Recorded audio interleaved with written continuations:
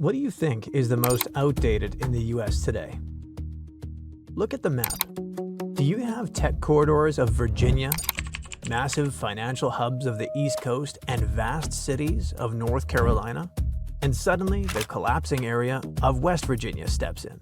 It's almost empty nowadays, despite being surrounded by wealthy neighbors. To understand why this region is falling apart, we need to zoom in on a map and take a look at how it was built. For over 100 years, it was designed to achieve one specific goal: pulling as much coal out of the ground as possible. Every road, railway, city, and even local law was subordinated to the mining industry. Then, the irreversible happened. The modern world moved on, and the global economy rapidly shifted from heavy and dirty industry into digital services and tech development. Hey, hit subscribe. Geographical nightmare kicks in. West Virginia is the only state in the U.S. located entirely within the Appalachian mountain range. What's been a goldmine for decades now is becoming the biggest issue, as the modern companies need perfectly flat, gigantic plots to build factories or logistic warehouses.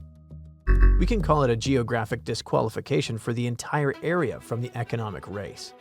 Also, big tech working remotely via the internet aren't the solution. Laying delicate fiber optic cables through hundreds of miles of solid rock and deep valleys is a financial nightmare. Huge parts of West Virginia are cut off, even from the digital economy. Take a closer look at the social issues here.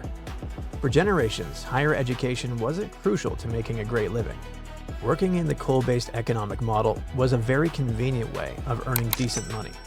Even whole towns were built around the mine schedule. West Virginia offers to the country thousands of highly skilled workers for a job that simply no longer exists. Politicians are trying to push the new narrative, teach the miners to code, and bring green energy to the mountains. As you can imagine, this shift won't happen anytime soon, as it's not that easy without proper education, new infrastructure, fast internet, and vast, flat land. For now, West Virginia is outdated and trapped in a 20th century dead end. Sadly, no one knows how to fix this massive problem. The United States didn't neatly grow into 50 states. The map we see today is more like the result of a lot of attempts, negotiations, and a surprising number of ideas that almost worked but didn't quite make it. At different moments in history, entire regions, like parts of North Carolina and Tennessee, tried to split off and become states of their own, and some of them, like Delmarva Peninsula, came very close. Part of the reason is how the system itself is built. States can shape their own rules on things like taxes, schools, business regulations, and even parts of criminal law. So everyday life in California can feel very different from life in Ohio. But they're still tied together under one national framework. There's one constitution, one overarching set of rules that all states have to follow. What really drives these breakaway ideas is something simpler: people feeling overlooked. In a country this large, some regions start to feel like decisions are being made far away by people who don't really understand their situation. Over time, that frustration turns into a question: what if we just handled things ourselves? So here are 12 places that tried. Start with Scott in Northeast Tennessee. In 1861, when Tennessee chose to side with the Confederacy, Scott County pushed back. Locals didn't agree with that direction, so they declared themselves the free and independent state of Scott and stayed aligned with the Union. No one formally recognized it, but what's interesting is how long the idea stuck. Scott County never officially reversed that decision until 1986. For over a century, it quietly carried this identity, almost like a historical footnote that never got erased. Now go north to Michigan and the idea of Superior. Michigan looks simple on a map until you notice it's split into two separate landmasses. The Upper Peninsula sits far from the main population centers and developed a different identity, more focused on mining and forestry, less connected to the urban South. That gap led to repeated calls for a split, basically a divorce between the two halves. The idea goes back to 1858 and has resurfaced many times. In 1959, someone even filed a lawsuit to try to make the separation official. It didn't succeed, but the fact that it reached that level says a lot. Even today, you'll still hear occasional talk about it. Out west, there's Lincoln. This one keeps reappearing in different forms. The general idea is to combine eastern Washington and northern Idaho into a new state. It first showed up around 1865 when people in northern Idaho felt cut off after the capital moved further south. Since then, the idea has come back again and again. In 1901, the 1920s, and even as recently as 2005. Each time, the reasoning is similar. Rural inland communities feeling disconnected from coastal or urban centers like Seattle. A bit further south, you get Jefferson, which is almost a mirror version of Lincoln. It would combine Northern California and Southern Oregon. The idea dates back to the 1850s during the gold rush, when remote communities wanted more local control. The most dramatic moment came in 1941. Supporters staged a kind of theatrical protest, blocking highways and handing out declarations of independence. It caught attention, but then global events shifted focus overnight and the movement faded. Decades later, in 2013, several counties in California voted to explore the idea again. Nothing changed officially, but the identity of Jefferson still exists and even has its own flag. Then there's Absaroka in the late 1930s, covering parts of Wyoming, Montana, and South Dakota. This one grew out of the Great Depression. Rural communities felt like they weren't getting enough support compared to larger towns. A local official, A.R. Swickard, stepped forward as a leader and started acting like the head of a new state. They created license plates, held public meetings, and even crowned a Miss Absaroka. It sounds unusual, but it worked as a signal. Attention increased, resources followed, and once conditions improved, the movement faded away. Now compare that to Sequoia, which was far more structured. In 1905, several Native American nations in what is now eastern Oklahoma proposed forming their own state. Their goal was to maintain control over their land and systems. They organized a full constitutional convention, drew up laws, mapped out counties, and held a vote that strongly supported the plan. It was one of the most complete statehood proposals ever made, but Congress turned it down, mainly to avoid shifting the political balance. Instead, the area was merged into Oklahoma in 1907. Even so, the work done for Sequoia ended up shaping Oklahoma's final structure in lasting ways. On the East Coast, Delmarva nearly became real in 1833. The Delmarva Peninsula is split between Delaware, Maryland, and Virginia, but it feels like one continuous region. Delaware proposed unifying it into a single state. Maryland seriously considered the idea and even discussed letting residents decide. Most signs pointed toward approval, but when the final vote came, it failed by a single vote, 5-4. That was it. The vote decided that Delmarva would stay divided. It's probably one of the clearest, almost happened moments on this list. Back to the Civil War period, there's Nickajack. This proposed state would have covered parts of eastern Tennessee and northern Alabama. The region's terrain didn't favor large plantation agriculture, so, for obvious reasons, many residents didn't support the Confederacy. When their states aligned with it, locals tried to break away and remain aligned with the Union, similar to what West Virginia managed to do. But the political structure worked against them, and the plan never moved forward. Even so, many people in the region still chose to support the Union individually, showing how divided things were locally. Then you get Deseret, one of the most ambitious ideas on the list. In 1849, Mormon settlers proposed a massive new state centered in present-day Utah. It would have included large parts of what are now several western states. They didn't wait for approval. They wrote a constitution, set up leadership, and ran their own system for about 2 years. The proposal was simply too large and too complicated for Congress to accept. Instead, a smaller Utah territory was created in 1850. Still, the idea of Deseret didn't disappear immediately. It continued quietly in the background for years, almost like a parallel vision of what the region could have been. Next is Franklin, an early and surprisingly advanced attempt. In 1784, settlers in what is now eastern Tennessee felt abandoned after a confusing land situation. So they created their own state. They had a capital, a legislature, courts, and leadership under John Sevier. They even applied to become the 14th state, but fell just short of the required votes. For a few years, Franklin operated alongside North Carolina, almost like two parallel systems in the same place. Eventually, support faded, and the region was brought back under North Carolina's control, but not before proving how far a determined group could go. Even earlier, in 1776, there was Westsylvania. This proposal covered parts of modern West Virginia and western Pennsylvania. At the time, it wasn't even clear which colony controlled the area. Settlers felt stuck between distant authorities and wanted a system closer to home. They asked Congress to recognize them as a new state. Congress ignored the request, and once the border dispute between Virginia and Pennsylvania was settled, the idea lost momentum quickly. Without that uncertainty, the push for independence no longer had the same energy. And finally, Transylvania. Despite the name, it has nothing to do with Dracula. In 1775, a land company led by Richard Henderson bought territory from the Cherokee and tried to establish a new colony in what is now Kentucky and Tennessee. But the deal broke British rules about land ownership.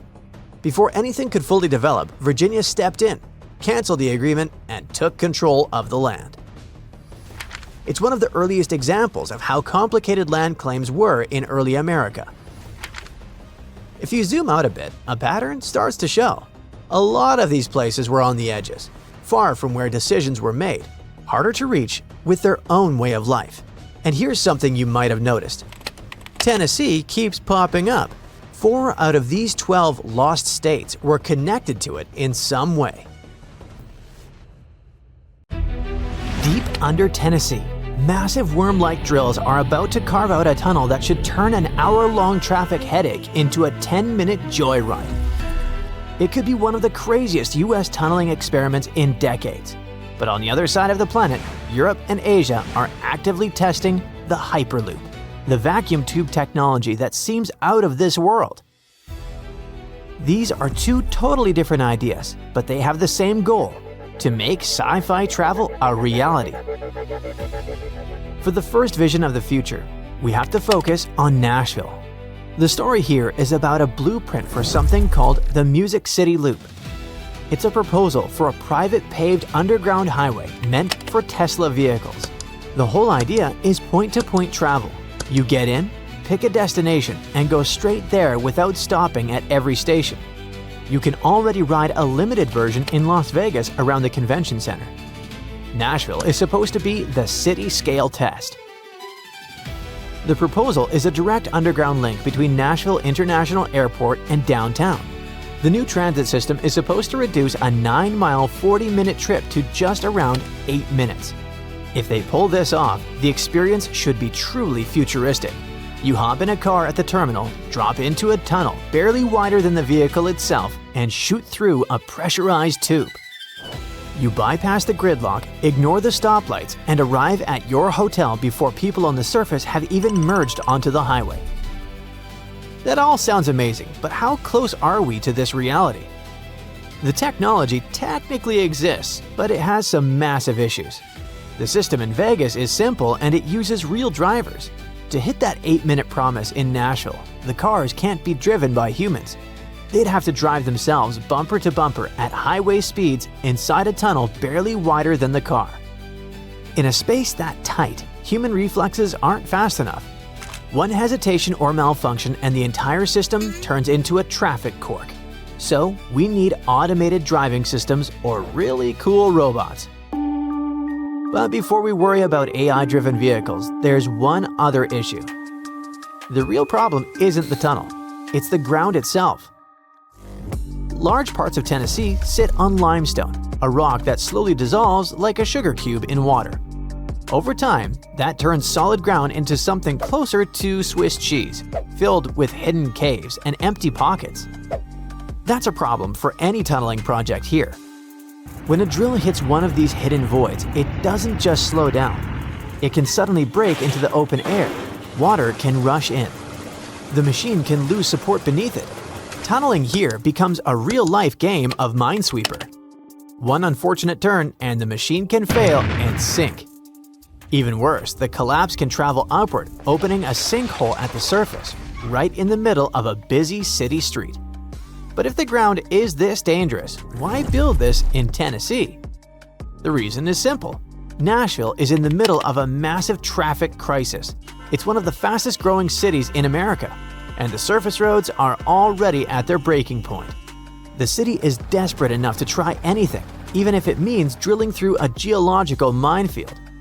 Engineers see Tennessee as the ultimate final boss for tunneling. If they can prove that this high-speed system works in limestone full of hidden caves, they can prove it works anywhere on Earth. It's a high-stakes bet. Solve Nashville's gridlock or watch a multi-billion-dollar project disappear into a sinkhole. But while Americans are busy fighting the ground, other parts of the world are trying to avoid it altogether and basically fly through the air. This brings us to the second vision of the future, the Hyperloop. For years, experts rejected this concept as too complex, but development didn't stop. In fact, right now, test tracks in China and Europe are running successful experiments that are breaking speed records. Here is how it works. When you stick your hand out of a moving car, you feel the air push back. The faster you go, the harder it fights you. At extreme speeds, air becomes a solid wall. That invisible wall is what limits how fast trains and planes can go. The Hyperloop solves this by cheating. You build a sealed tube, suck all the air out to create a vacuum, and levitate a pod inside using magnets. With almost no air and no wheel friction, the pod doesn't really roll anymore. It glides through the tube. China is currently leading this race. A state-owned contractor recently sent a pod through a low-vacuum tube at 387 miles per hour. That's faster than the Shanghai Maglev, the fastest train in commercial service. And they aren't stopping there. The goal is to hit airplane-like speeds. But achieving those high-speed numbers isn't what's holding this technology back. For a long time, Hyperloop could only go straight, so networks were impossible. However, recently, engineers in the Netherlands found a way to switch lanes in a vacuum tube, bending what was once a single highway into a blueprint for a continent-spanning web of travel. It might sound like a small thing, but it's a major breakthrough for the whole industry. The European side has big ambitions. They're sketching out a massive network that looks like a subway map stretched across an entire continent. The goal is a web of vacuum tubes spanning more than 15,000 miles and linking around 130 major cities. The idea is to make short airplane flights unnecessary. You could live in Berlin and work in Paris and travel from place to place quicker than dealing with a downtown rush hour. In Switzerland, they're testing something called the Infinite Loop, a circular track that works like a hamster wheel for the pod, letting engineers simulate long-distance travel without building a massive straight tube. India is also building its own test tubes with plans aimed at connecting large cities like Mumbai and Pune and turning a miserable 3-hour drive into a 25-minute trip. It all sounds like the future is already here, but there's a reason we don't see hyperpooling pods around already. The engineering problems are huge. One of the biggest problems is the sun. When metal heats up, it expands, and over hundreds of miles, even sunlight can make a steel tube stretch. That's a serious issue when you're trying to keep a pod zooming through a perfectly aligned tube at super high speeds. Engineers basically have to create flexible sections that let the tube move without messing up the vacuum seal. And then there's safety. A Hyperloop tube is basically a spaceship stretched across the ground. Inside, there is almost no air. Outside, normal atmospheric pressure is constantly trying to find its way in. If the tube is damaged by an accident, a structural failure, or even debris, the air does not slowly leak inside. It explodes inward. That sudden rush creates a pressure wave that races down the tube and slams into everything in its path, including the pod itself. That's why Hyperloop safety has more in common with spacecraft engineering than traditional rail. Failure here is not gradual, it's instant. So who's more likely to win this battle in the near future? In the short term, the tunnel approach is more likely to win. It's still cars and tunnels, just faster. Even if the plan gets scaled back, parts of it can still be built and used, which makes it way more likely to show up first. Hyperloop is the opposite. The payoff is bigger, but it depends on multiple hard problems being solved at the same time. Perfect vacuum tubes, reliable switching, and safety systems that can handle worst-case failures. One weak link can shut the whole thing down, so it's harder to roll out quickly. Either one could change how we travel. Either way, the goal is simple: kill the commute. So what would you trust more, a deep tunnel carved through rock or a vacuum tube above ground? People in the U.S. consume around 100 acres of pizza every day, which is almost the size of Vatican City. Also, they drink 146 billion cups of coffee a year. Now, with that amount of coffee, you could fill an average-sized lake in approximately 10 years. But you couldn't fill Lake Superior because it has enough water to cover the whole U.S. with 1 foot of liquid. Now, people in the U.S. generally don't live in rural states like Wyoming, and because of that, more people live in New York than in 39 out of 50 states of the U.S. At the same time, Wyoming is the 10th largest state in the U.S. It's bigger than the U.K., but it's also the least populated state. You could drive through it for hours without seeing a single person. And because there's no strangers around, locals don't even lock their doors. Also, the whole state only has 2 escalators. Count them. Nestled within Wyoming's borders is iconic Yellowstone, the country's first national park. Now, living in Wyoming can be likened to playing a game on hard mode. It's one of the windiest and coldest states. The weather is genuinely wild, and it's not for everyone. There are also positive things about Wyoming, like its affordable stay and endless outdoor activities. It has a population of 576,000 people. That number of inhabitants could fill a small city. But everything you love about the outdoors can be found here, and that's why people choose this state. Vermont is the muddiest state in the U.S. It even has its own Loch Ness Monster. In the 17th century, European cartographer Samuel de Champlain reported seeing a 20-foot monster in Lake Champlain, named after him, that was as thick as a barrel and had a head like a horse. And since then, many more people have allegedly seen this creature. Vermont is an excellent state with tons of natural beauty. It's the perfect place for starting a farm. The state has a population of a little over 500,000 people. There are more folks in a few blocks in New York than the entire state of Vermont. It's a rural place, not ideal for building huge cities. But if you love farms and maple syrup, then Vermont is a haven for you. It produced over 2 million gallons of maple syrup in 2003. Vermont is also very cold, so people have invented snow golf. They would paint golf balls red and play in the winter on hard, icy snow. Now let's talk about the largest state in America, Alaska, the last frontier. This state is so big that it could fit 19 other states. But when it comes to population, Alaska could be doing a bit better. It has stunning natural beauty, like huge forests and lakes. At the same time, there's a lot of wildlife, which can sometimes be frustrating.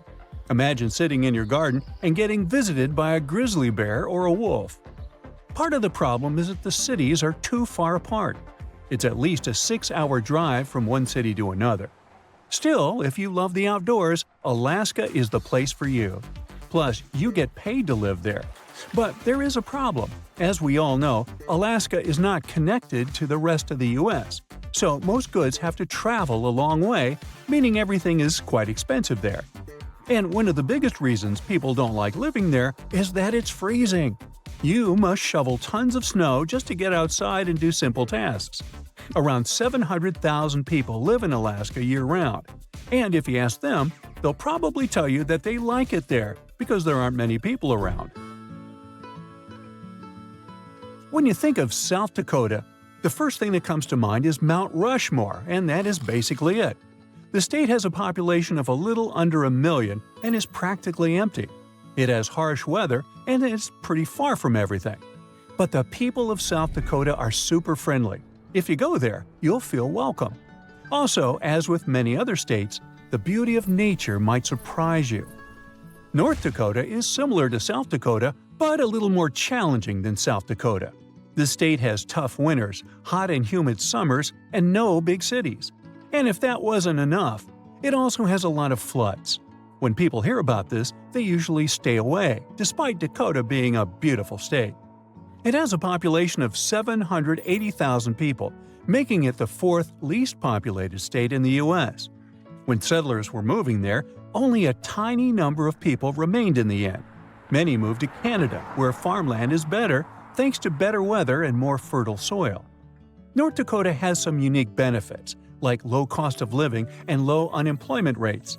And if you are a nature lover, you won't be disappointed.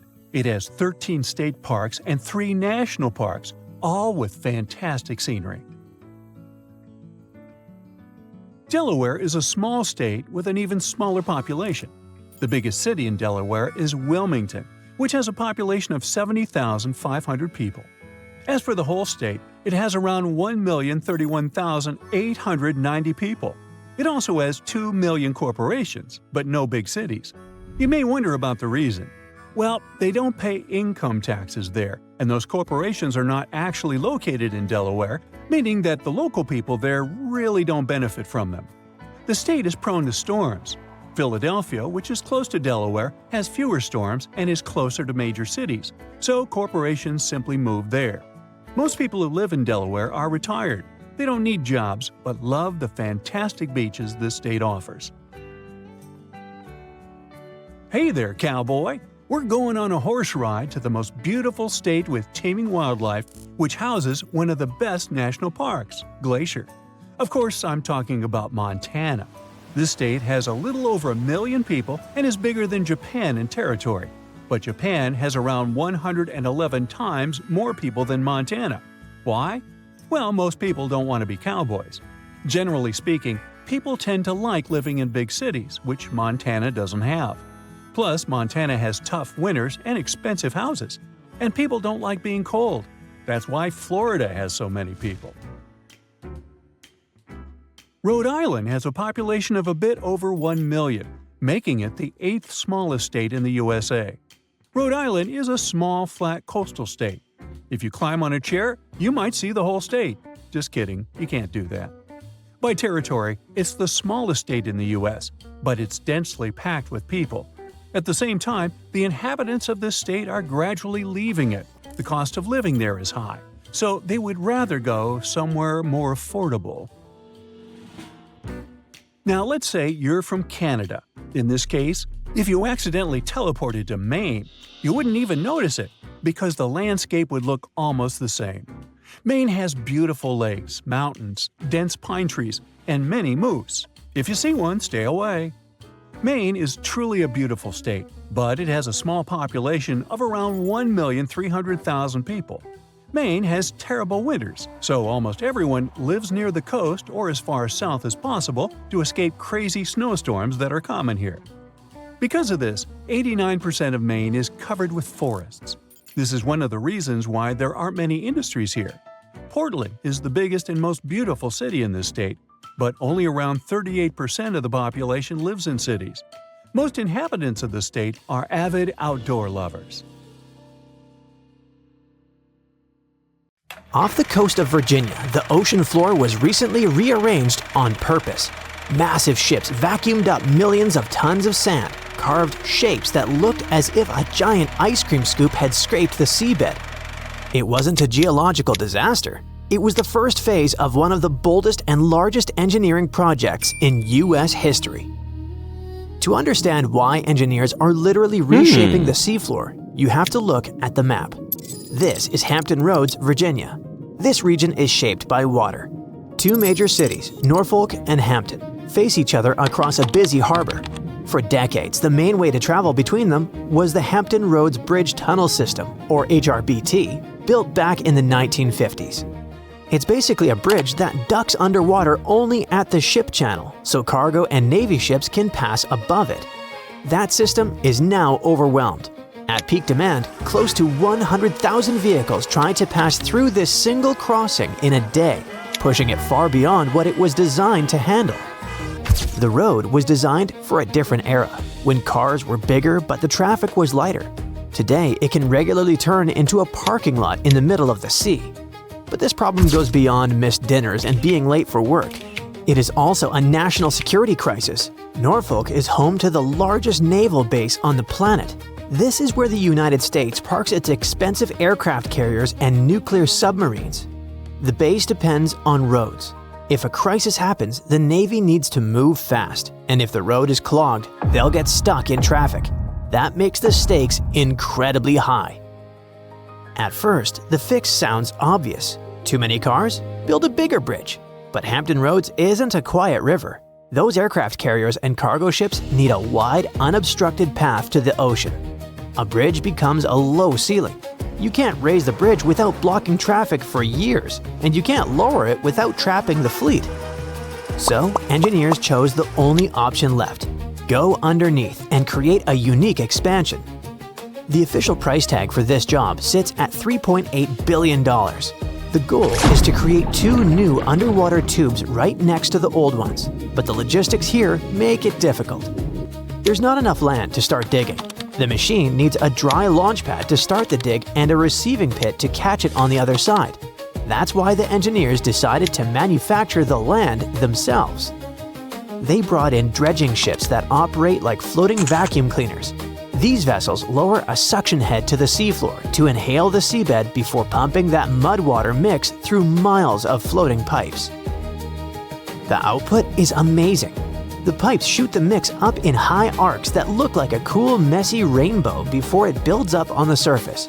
This process moved enough earth to expand the artificial islands by 15 acres, creating solid ground where there used to be open water. However, this was not just a simple vacuum job. This harbor has been a naval hub for centuries. The seabed is a graveyard of lost history. Dredging crews had to watch out for unexploded stuff hiding in the mud.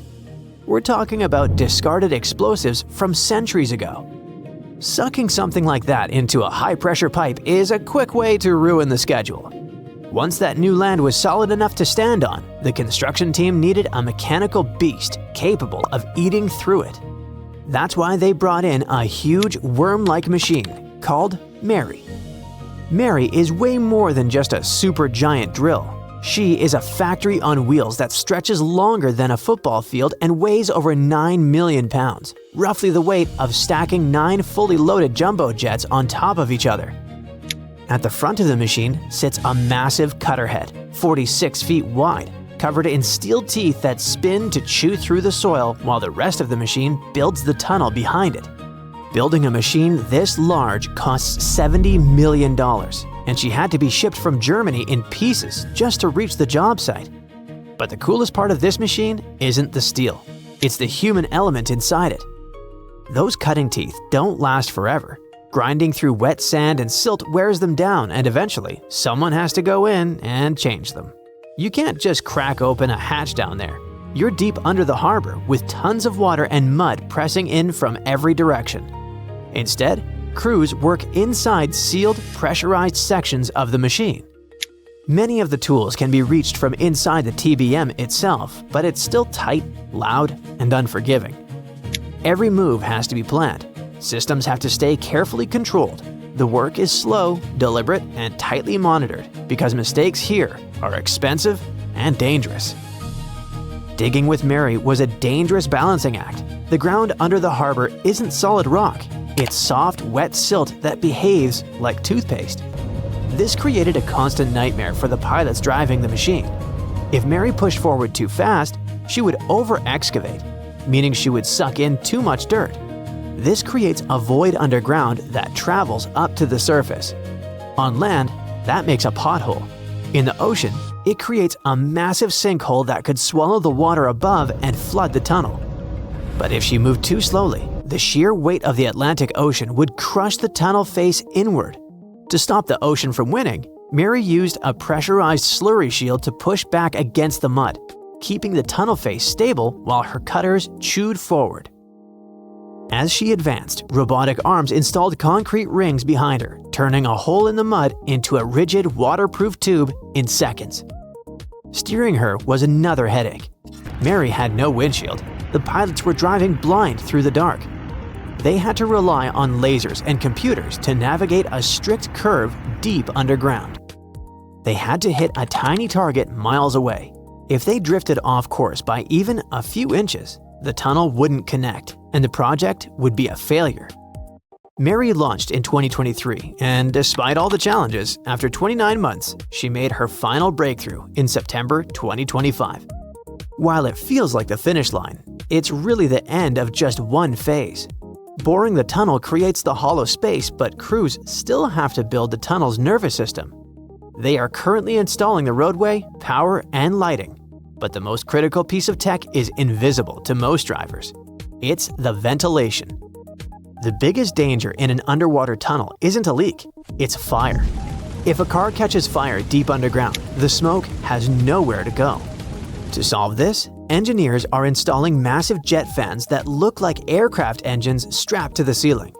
In an emergency, these fans spin up to hurricane speeds to suck the smoke out and push fresh air in, keeping the escape routes clear. It takes all this complex tech to make an underwater tube feel like a normal drive rather than a survival mission. But the transformation isn't just happening underwater. Above the surface, crews are rebuilding miles of highway to connect the new tubes to the rest of the world. When the sand settles and the ribbon is finally cut, the landscape of Virginia will look deceptively similar. The water will still be there, the ships will still sail, but underneath the surface, the dynamic of the region will have fundamentally shifted. For the commuter, it means getting out of the traffic jam. For the Pentagon, it means the assurance that the Atlantic Fleet is never boxed in. But for the engineers, this project is a testament to something bigger. It's proof that not only we can build structures over obstacles, but we can also successfully transform the Earth to fit our needs.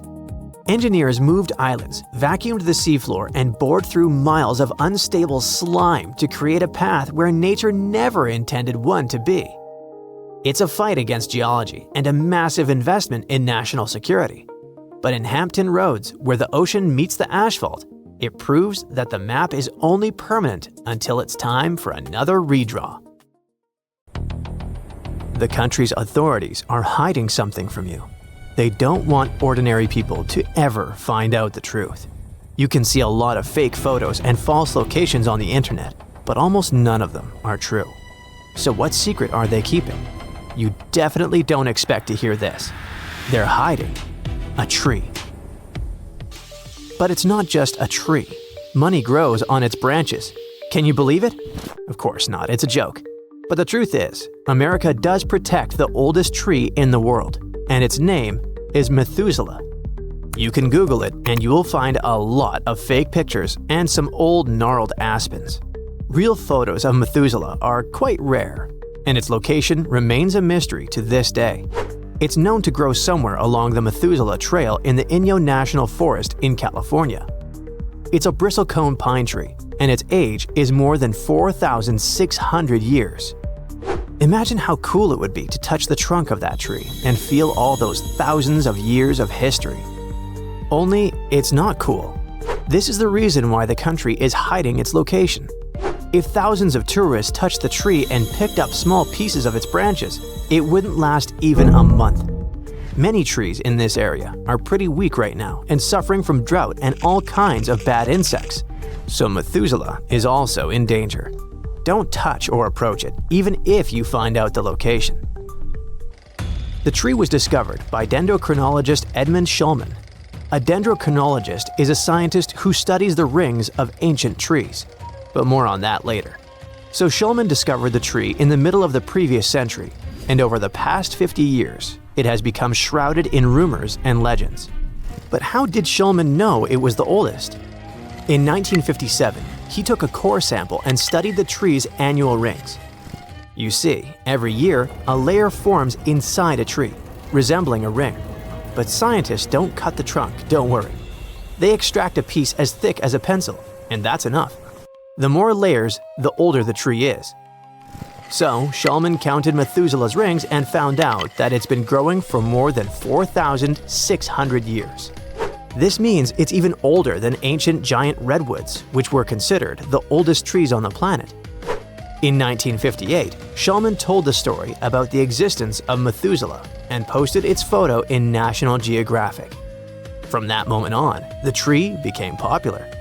Many people wanted to pluck a cone or twig from it, so the authorities forbade publishing information about the location of the tree. Later, other scientists examined Methuselah's rings and suggested it could be younger, though some rings were too faint or damaged to count. In any case, it remains the most ancient tree on Earth, officially confirmed that is. But it wasn't always like this. Back in 1964, a geographer, Donald R. Curry, stumbled upon a tree called Prometheus, which was about 5,000 years old. And you know what he did? He just cut it down. There are many theories about why he did it. The tool for getting core samples was broken, or this guy didn't know how to use it, but the result was sad. The tree didn't survive. Hopefully nothing like this will happen to Methuselah and it will live a long life. But why are scientists so worried about it? Yeah, it can tell a lot about the history of our planet. But is there another reason? There's a theory that this tree could live forever if no one cut it down, and droughts or parasites didn't destroy it. So basically, Methuselah is like nature's fountain of youth. Imagine if we could use that trick on people. Okay, now we know what the US hides, but do you know what Australia keeps secret? Not just a tree, but an island. Even if you were allowed to visit the island, it wouldn't be easy for you to get there.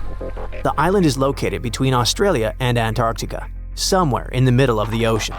But it's unlikely that you would get such permission. The fact is that Heard Island is completely untouched by humans, and Australia wants to keep it that way. You'll find little reliable information about this island on the internet. All we know is that the island has 2 active volcanoes, Australia's tallest mountain, and several glaciers. But you know what the coolest thing is? It's home to animals you won't find anywhere else. The island's closed ecosystem preserves creatures that might have never seen people. The next island is quite famous and is located in Brazil. The authorities don't keep it a secret, but they protect it from tourists. Even if you had permission to visit this place, you probably wouldn't want to. This is Snake Island, and its name speaks for itself. This piece of land contains the largest concentration of venomous snakes in the world. Those are golden lancehead pit vipers. One bite of this snake is critically dangerous for a person. The snakes are all over the place there and have almost no competition from other animals. Only specialists capable of handling these reptiles can visit the island. Lots of secret places stay off limits because humans can mess them up without meaning to. It's not that we're bad, it's just that even being there can change tiny invisible parts of nature. And here's a great example of the kind of destruction we can trigger. You've all seen photos of ancient cave paintings with horses and bulls. One of the most famous of such caves is the Lascaux Cave, which is located in France. On the walls inside the cave, people found more than 600 drawings and about 1,500 engravings. The 20,000-year-old drawings depicted different animals. Scientists opened the cave to the public, and this led to a disaster. Too many people came to see the cave, and it messed up the cave's ecosystem. Then a fungus showed up and started spreading over the walls, ruining the old drawings. It was a tragedy for the scientific world. The cave was quickly closed to visitors. Now, only a small group of archaeologists can enter it. No one knows when or if the cave will open again. Those glimpses of human history from the first European settlements might be lost to the public forever. Our next secret location is in Svalbard, Norwegian archipelago. This is the Svalbard Global Seed Vault, a massive storage vault that can keep 4.5 million seeds of different types. The authorities say that the seeds are stored there to preserve the population in case of a local disaster. But a lot of people think they're tucked away for the apocalypse, ready to help us replant Earth if everything goes wrong. But why, of all countries, did people decide to store seeds here? Because of Svalbard's cold, dry climate. The weather conditions here are ideal for seed preservation. The vault is well guarded, it's classified, and no one can get inside except for authorized persons. All our secret places are connected with nature. An island, a forest, a cave. But how about finishing the video in the city? It's in plain sight, but it hides a secret room that is impossible to enter. In Atlanta, Georgia, inside a museum with top-notch security, the secret Coca-Cola recipe sits locked away in a massive safe. What? Yes, this is probably one of the most guarded secrets in the world. Money, diamonds, ancient artifacts. None of them get the kind of protection a single sheet of paper with the Coke recipe does. This secret has been kept there for more than 125 years. The unique storage design and security system make burglary almost impossible. You can visit a specialized museum and see the door to the vault, but nothing else. Sure, it sounds a little crazy to guard a single piece of paper, but then again, this drink has made the company billions. Coca-Cola has been one of the world's favorite drinks for over a century, and it's still raking in massive profits, so it's not surprising that its recipe is kept so secret. In Hawaii, the Big Island is quite literally expanding. Every few years, glowing rivers of lava spill from Kilauea or Mauna Loa and pour into the ocean, instantly turning seawater into steam and molten rock into a brand new coastline. Since the 1980s, eruptions have added hundreds of acres of new land. Far to the north, Alaska's capital has a very unique position. Juneau may look like any other city on a map, but there's one catch. You can't drive there. Huge mountains and massive glaciers block every route, leaving the town completely cut off from the rest of the continent. Seriously, the only way in or out is by boat or plane. Up in Alaska's far north, the city of Utqiagvik spends about 66 days in polar night from mid-November to mid-January with no sunrise. Then it flips to weeks of 24/7 daylight in summer. The Outer Banks in North Carolina are known for slowly moving west, getting pushed inland by waves and storms that scoop up sand from the ocean side and drop it on the sound side. It's known as the place where hurricanes can easily create new inlets. In California's Eureka Dunes, sand can sing. When dry sand grains move down a slope, they bump against each other and create a deep humming or booming noise that can last for several seconds. Scientists refer to this phenomenon as booming sand, but early explorers believed the desert was growling. Some places can't sit still, and others refuse to stop growing. The Rocky Mountains, for example, are still growing. Unlike the older Appalachian Range, which stopped millions of years ago, the Rockies are geologically young and active. It's a slow process that can't be properly measured, but we do know that they are rising. Did you know that rivers are not always content with their direction? In the 1800s, the Chicago River flowed straight into Lake Michigan, all the way into the city's drinking supply. After years of sewage and sickness, engineers thought of something original. They made the river run backward. They dug canals, blasted through rock, and rerouted the current toward the Mississippi instead. To this day, the river still flows the wrong way. Kentucky is famous for being split between two time zones. The western half runs on Central Time, while the east keeps Eastern Time, meaning you can gain or lose an hour just by driving through the middle of the state. The Nevada desert is filled with ghost towns. There are over 600 of them. Most were born overnight during the mining booms, only to die just as fast when the gold ran out. Wooden saloons, empty banks, and rusting rail lines still sit under the sun like movie sets left behind. But what about a ghost town that has a fire burning underneath? In Pennsylvania, there's a place called Centralia that's been on fire since 1962. A coal seam beneath the town caught fire and never went out. It forced nearly everyone to move.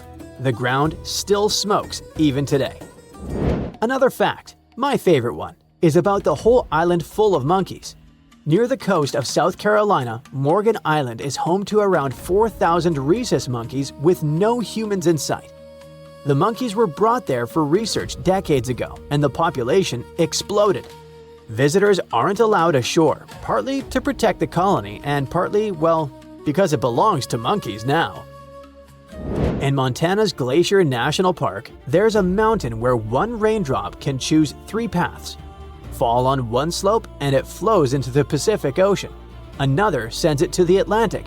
A third sends it north toward the Arctic. The spot is called Triple Divide Peak, and it's one of the few places on Earth where 3 oceans share a single starting line. And if you think 3-way water splits are rare, there's also the Continental Divide that doesn't actually divide anything. In Wyoming's Great Divide Basin, rainwater gets trapped in the middle and has nowhere to go. It doesn't reach the ocean at all, it just evaporates or sinks into the ground. A lonely no-exit zone in the middle of the continent. Mount Washington is famous because it once held the record for the fastest directly measured surface wind at 231 miles per hour in 1934. That's faster than a race car and strong enough to knock you flat in seconds. Have you ever heard about Lake Superior?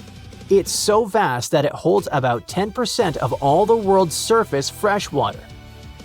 The sheer size of it changes the weather. It is creating its own fog and storms.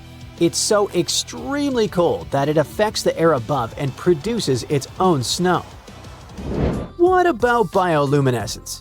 In Florida's Indian River Lagoon, microorganisms called bioluminescent plankton light up the water at night, turning it into a soft electric blue when stirred. It's a rare and beautiful sight to behold. In the middle of Utah's Red Desert, there's a natural bridge so large it looks engineered by giants. It's called Landscape Arch, a ribbon of stone stretching nearly 300 feet from end to end. That's almost as long as a football field, yet only a few feet thick at its narrowest point. A section of it collapsed in the 1990s, and today it's so fragile that hikers can only admire it from a distance. However, Utah hides another enigmatic structure called the Upheaval Dome. Scientists aren't sure it's a meteor impact or the result of ancient salt pushing upward from below. Either way, it's a massive circular crater that looks like the desert tried to grow a mountain in the wrong direction. In Arizona, we have the Barringer crater. It's one of the best preserved meteor craters on Earth, about 3/4 of a mile wide and nearly 600 feet deep. Scientists believe it was carved out 50,000 years ago when a space rock the size of a small building slammed into the desert at around 29,000 miles per hour. In Michigan, between the two peninsulas, there's something unexpected: a floating post office. The Westcott Company has delivered mail on the river since the late 1800s. The J.W. Westcott II has done it since 1949. It's even got its own zip code, 48222. The ship sails up to passing freighters and delivers mail by rope and buckets. It's the only floating zip code in the country, and proof that even the Postal Service can be creative and cool. On the East Coast, Maryland happens to be the only U.S. state without natural lakes. The ones you see, like Deep Creek or Lake Habib, are human-made. Even Arizona has a couple of natural lakes. They just dry up during drought years. Southwest of there, Florida likes sinking holes. Below the sunny beaches and retirement communities is a landscape made of limestone, which dissolves in water. This creates thousands of sinkholes ranging from little pits in backyards to huge underwater caves. Central Florida even got the nickname Sinkhole Alley. Off the coast is one of the biggest examples, the Green Banana Hole, which goes 155 feet under the Gulf of Mexico. In Arkansas, there's this cool park that you have to visit. you can actually dig for treasure there. It's called Crater of Diamonds State Park. It's the only spot in the US where anyone can hunt for real diamonds and keep whatever they find. The park is sitting on an old volcanic crater that brought diamonds to the surface millions of years ago. Oklahoma, however, is infamous for its tornadoes. It averages around 50+ tornadoes a year and ranks among the highest for their strength. Each spring, the sky there turns from calm blue to chaos in minutes. Another quirky place is in Wyoming. It's called Buford. It's known for having a population of just one person. It's right off Interstate 80, and for years, this one resident was also the mayor, store clerk, and postmaster all rolled into one. After about 2 decades, he moved on and the town got auctioned, complete with its gas station and the sign that proudly read, Population 1. Sounds haunted, huh? Well, that's it for today. I gave you 25 US facts to help you shine during your next trivia quiz. And you can hit like. See ya! Now, this tiny town on a U.S. map used to exist only on paper, literally. Agloe was never built, never had a mayor, and yet, for a short while, it was officially on the map. Back in the 1930s, 2 map makers from American's General Drafting Company were hired to make a map of New York State. But they wanted to protect their work from copycats. So they created a ghost town and named it after themselves, Otto G. Lindbergh and Ernest Alpers. Take their initials, mix them up a bit, and you get Agloe. Or is it Agloe? Well, no one's quite sure, since it never existed anyways. You see, creating fake towns used to be a thing, because copying maps was also a thing. In the past, map making was serious business, and protecting your work wasn't easy. So cartographers got clever. They started adding tiny traps, fake streets, made-up lakes, even whole towns to spot copycats. These sneaky details were called trap streets or paper towns. If someone copied your map, they'd copy your invention too. It was a quiet way of saying, "Busted," and then taking them straight to court. Then the funniest thing happened. A few years later, another company published a map with Agloe on it. When confronted, they said, "It's not fake. There's a general store called the Agloe General Store right there." Turns out, someone had seen the town's name on a map and decided to open a shop under it. Today, the store is gone, and Agloe is back to being just a lonely road intersection in the Catskills. Now, sometimes fake lands appear on USA maps not on purpose, but because of simple cartography mistakes. Take Isle Filippo, for example. This mysterious island with a fancy name was once proudly shown on maps of Lake Superior, even though it never existed. Back in the 18th century, French travelers were busy exploring the Great Lakes when they saw, or thought they saw, 4 islands out there. Let's just say their methods weren't always precise. But a French cartographer named Jacques-Nicolas Belin didn't know that. He trusted their travel notes and drew Isle Philippe on a map he made in 1744. The problem is that other map makers trusted Belin's work and copied the island onto their maps too. Before long, Island Filippo was as real as any place could be, on paper at least. It stayed on official maps, confusing travelers all the way into the 1820s. That's when explorers finally checked and realized, wait, there's nothing here but open water. Today, historians think the whole thing was a mix-up. The explorers probably confused it with Isle Royale, a real island that's part of Michigan. They were described as 2 islands about the same size, but there was only one all along. Next stop, Nothing. You heard that right, Nothing is the real name of a tiny ghost town in Arizona. If you ever drive down Route 93 between Wickiup and Wickenburg, keep an eye on the towers along the way. On one of them, there used to be a wooden sign painted in red letters that simply said Nothing. Hopefully it's still there. This spot marks what's left of a once hopeful settlement in the middle of the blazing desert. Back in 1977, a man named Richard Buddy Kenworthy decided to found his own town. He built nothing out of almost nothing. The place had a gas station and a tiny convenience store, but that was it. Then he added a big yellow sign that proudly declared, "The Town of Nothing, Arizona. Population 4." And yep, that was its peak, only 4 inhabitants.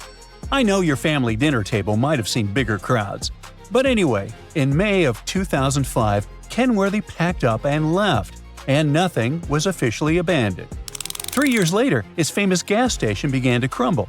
But some fans, I guess we can call them that, decided to bring nothing back to life. There was even a small pizza place running there for a while, but it didn't last long. By 2011, nothing was, well, nothing again. And today, it's one of the most famous abandoned towns in the USA. Now, speaking of abandoned towns, some were lost to time, others to something far more dangerous, like Centralia, Pennsylvania. From a distance, everything looks fine, but take a closer look, and you'll notice something strange. Roads cracked open, smoke rising from the ground, and no people in sight. That's because Centralia isn't just abandoned. It's been on fire for more than 60 years.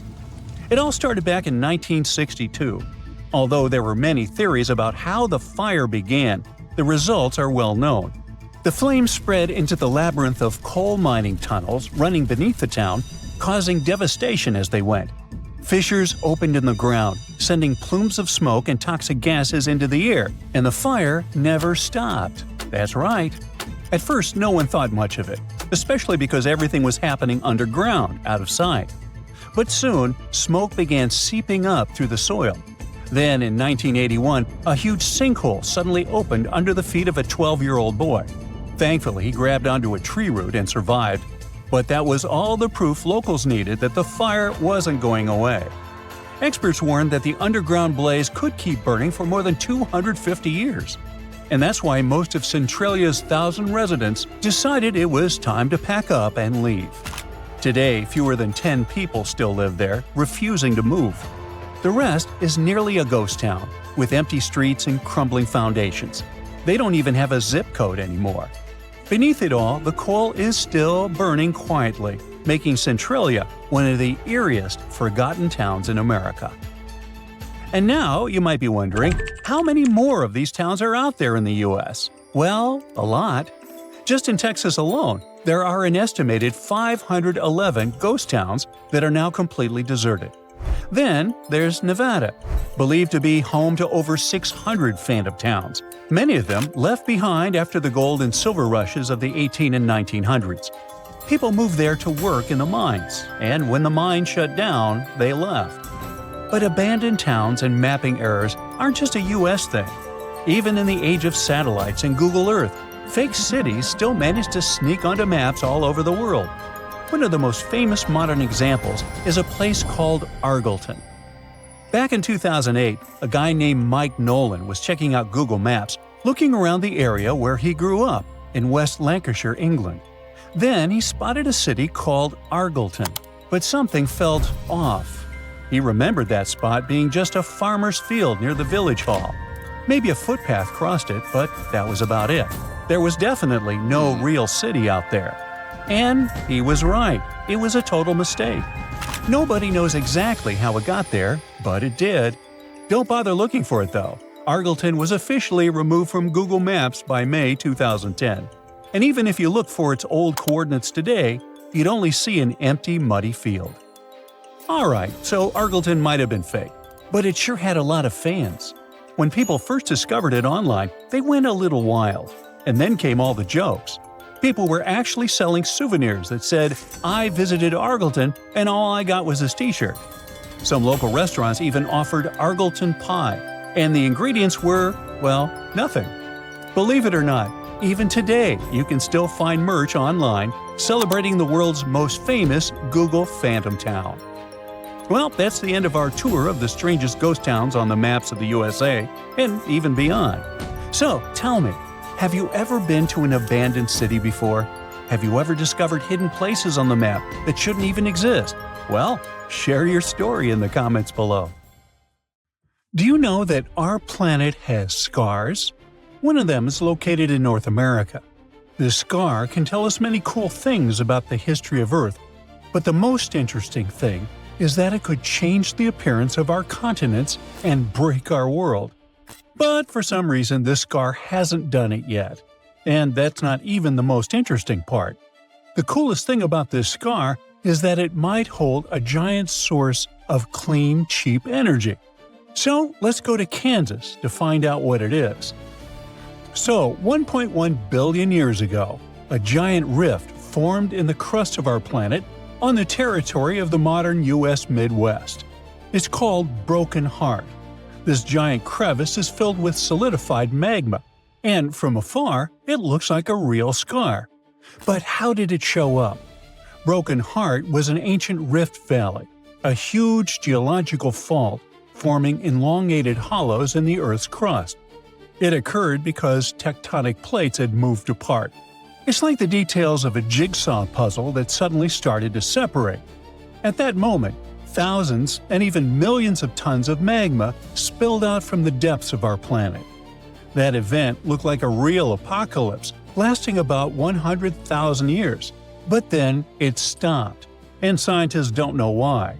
If the rifting process had lasted longer, then most likely the continent of North America would look different today, or it wouldn't even exist at all. Right now, this fault looks like a giant horseshoe that stretches from Kansas north to Lake Superior and south to Michigan. But some studies indicate that the fault may be larger and extend even further south, and the width of the fault might equal the width of the Red Sea. After the rifting stopped, the entire valley got covered with hills and trees. The fault itself is covered with a thick layer of sedimentary rocks, so it's quite difficult to track. The most noticeable parts of the rift are in the Lake Superior area. Now everything looks calm and beautiful, but in the past, there were fountains and rivers of lava, earthquakes, a boiling pot on a planetary scale. All that remains of it are deposits of basalt, a dark, dense rock that forms from cooled lava. There was so much basalt that its weight pushed the valley deeper and deeper into the Earth's crust. Even when the eruptions and rifting stopped, the valley continued to sink because of the huge mass of this sediment. Then, massive sections of the Earth's crust on both sides of the valley began to contract, and the pieces of the puzzle slowly started to come together. This led to a large-scale ejection of volcanic material upward, and along with basalt, deposits of copper rock appeared in the valley. People mined this copper for about 8,000 years until the end of the 20th century. The copper mines were eventually shut down, but now it seems the industry is making a comeback.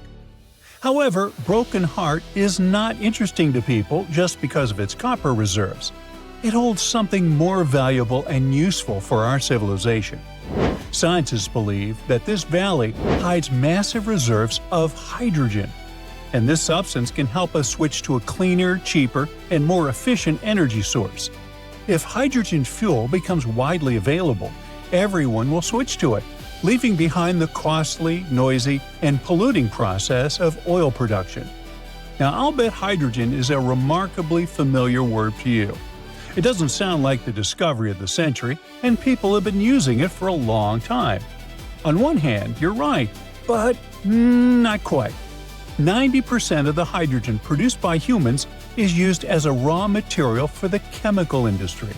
Hydrogen is used to produce ammonia for fertilizers, methanol for fuel and solvents, and to purify crude oil.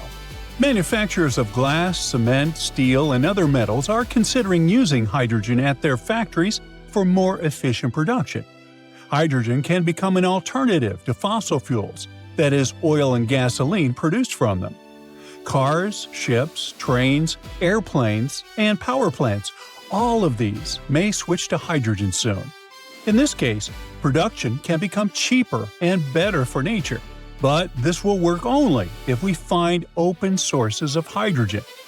You see, about 95% of the hydrogen we use is produced from fossil fuels.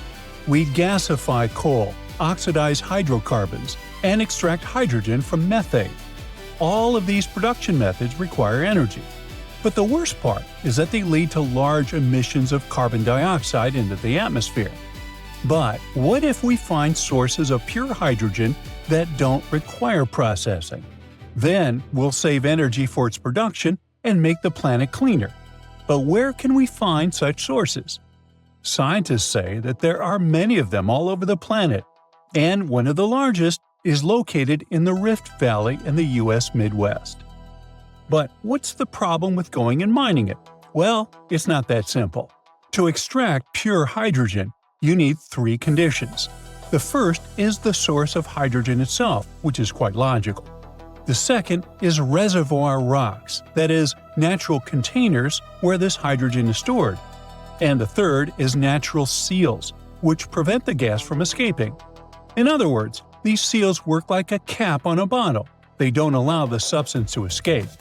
So in general, it's necessary to find where hydrogen is released, where it accumulates, and where it's stored. When these conditions are met, natural resource extraction companies can start working. But how does hydrogen appear altogether?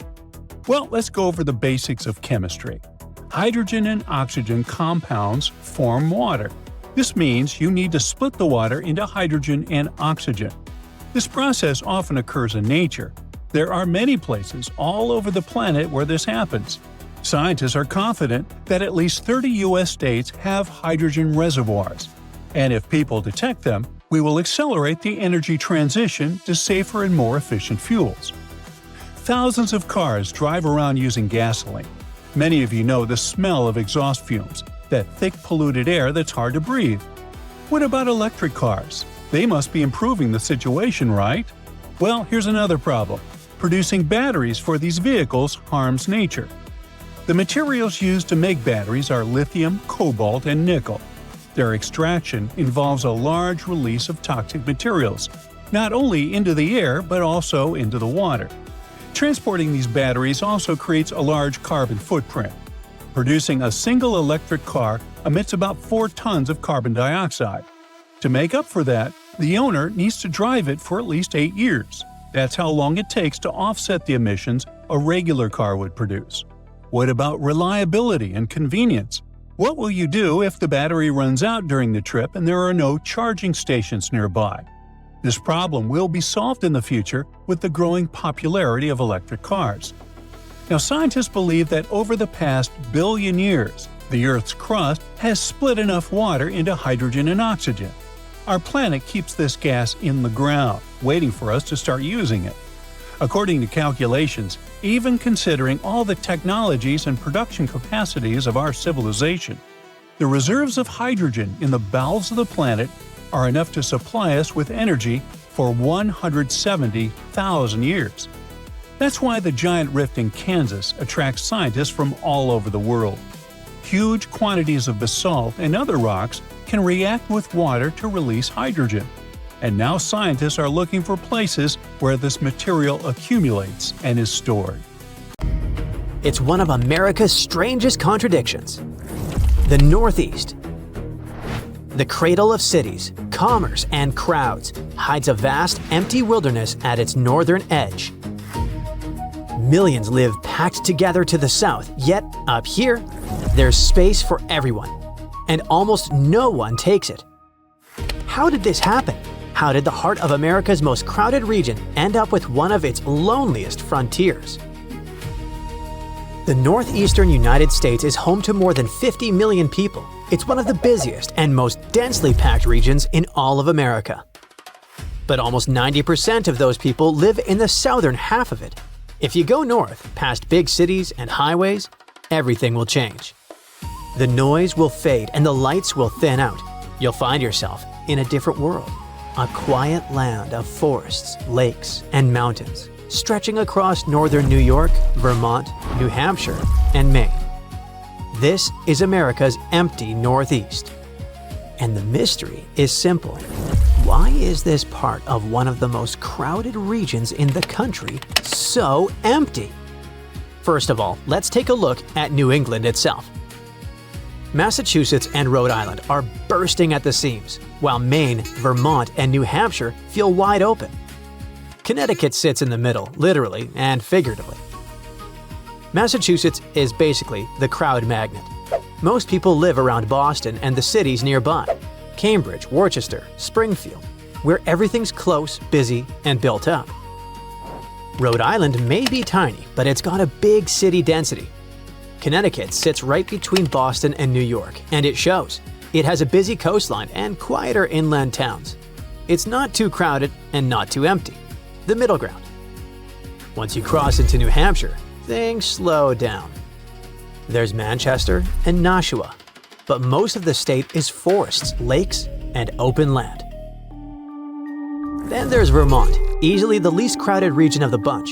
The Green Mountains slice through the middle, and most people live in small towns or villages. And Maine is huge and mostly empty. Most people stick to the southern coast. If you head north, you'll hit endless forests, lakes, and long, quiet roads. It's beautiful, but it feels like the edge of the map. Today, the northern half of the Northeast, northern New York, Vermont, New Hampshire, and Maine, holds only about 4.9 million people. That's roughly the same as the population of the Boston metro area alone. To put that in perspective, if you take southern New York and southern New England, about the same land area, you get 10 times as many people living there. So, why the gap? It all comes back to geography, history, and economics, and how they've always worked together to keep the North empty. Let's start with the land itself. The thing is, the farther north you go, the rougher the land gets. Southern New England and downstate New York are full of rolling hills, wide valleys, and coastal plains. But then come the mountains. They're old, crumbling, and wild. In northern New York, you'll see the Adirondacks. To their east, the Green Mountains run up the middle of Vermont, stretching into Quebec. Keep going and you hit the White Mountains of New Hampshire. They're home to Mount Washington, famous for some of the most severe weather on Earth. And beyond that, the western Maine Mountains roll on toward Canada. Those aren't gentle hills, they're real barriers, and they owe their shape to one of the most powerful forces in Earth's history: ice. During the last ice age, huge glaciers covered this land. When they finally retreated, they carved out deep valleys and left behind thin, rocky soil. Later, the basins filled with water, creating thousands of lakes and ponds. It's a beautiful but difficult land to live on. Farming never stood a chance here the way it did farther south, where the soil is way richer. So the mountains stayed wild, covered in dense forests that even today stretch for miles. Northern Maine and the Adirondacks together make up one of the largest continuous forests east of the Mississippi. For centuries, people have come here to cut timber, fish, or hunt, but never in great numbers. And then there's the weather. Up here, winters are long, dark, and cold. Snow piles up early and doesn't leave easily. Summers are short, and the growing season is barely long enough to farm. It's not exactly a place that says, "Come start a new life." But of course, some people did. And here's where history comes into play. Long before Europeans arrived, this land was home to indigenous nations. The Abenaki, living across Vermont, New Hampshire, and Maine, had complex trade routes, connecting their communities all the way from modern Quebec to Massachusetts. Farther west, the powerful Iroquois Confederacy extended its influence toward the Adirondacks, controlling vast hunting grounds and trade routes. Then came the Europeans.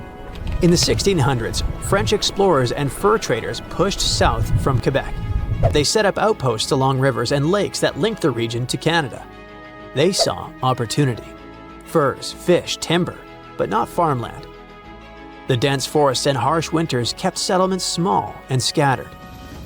The English, expanding north from the Massachusetts Bay Colony, took to the coast. They settled in southern Maine and New Hampshire, but going inland was another story. Between the cold, the forests, and the resistance from native nations, their progress was slow and dangerous. For more than a century, the interior of the northern Northeast stayed wild. Later, around the 1760s, the British took control of the region. Land speculators moved in, especially in Vermont, which both New York and New Hampshire claimed as their own. The overlapping claims led to chaos, and eventually, Vermont declared itself an independent republic in 1777. For 14 years, it existed on its own until it joined the United States in 1791 as the 14th state. New Hampshire pushed inland from the coast, building towns in the valleys between its granite mountains. Maine, meanwhile, spent centuries as parts of Massachusetts. Its economy ran on timber and shipbuilding. Trees turned into masts and planks for the growing British and later American navies. And in northern New York, the Adirondacks remained a wild frontier long after the rest of the state filled up. The land was too rugged and the winters too fierce. Logging, mining, and later tourism would bring people north, but never in huge numbers. By the mid-1800s, the southern parts of New England were booming. Cities were growing, factories were humming, and immigrants were arriving in large numbers. But the northern regions stayed quiet. So as we now know, the mountains are the first big barrier. They make everything harder: travel, building, farming, and surviving winter. The soil is thin, rocky, and poor. And what's underneath isn't much better. The region doesn't have rich mineral deposits or coal seams like the Appalachians farther south. Without valuable resources to mine or easy land to farm, there wasn't much reason for settlers to stay. That was one of the reasons why the economy never took off. The empty Northeast never became a center of industry. Southern New England had rivers that powered early factories, ports connected it to global trade, and the cities attracted millions of immigrants. Northern New England and northern New York had none of that.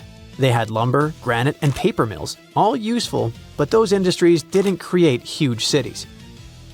Even today, the economy up there relies on the same resources, along with tourism. People come to hike, ski, fish, and escape city life, but most don't stay year-round. Towns fill up in summer and fall, then empty out when the snow starts falling. A few small cities, Portland, Burlington, Manchester, thrive, but there's no Boston or New York up here. You won't find massive universities, corporate headquarters, or international airports to pull in young people and families. In fact, some states have gone so far as to pay people to move there. Maine and Vermont have both launched programs offering money to remote workers who relocate. That's a pretty desperate attempt to reverse decades of population decline. Today, this empty Northeast holds just about 1% of America's population. It's a land of deep woods, icy lakes, and quiet towns. The wilderness never really left this region. But that stillness is also what makes this place so special. The rest of the Northeast is filled with constant noise and motion. Meanwhile, the North is a reminder of what the region once was: wild, cold, and untamed.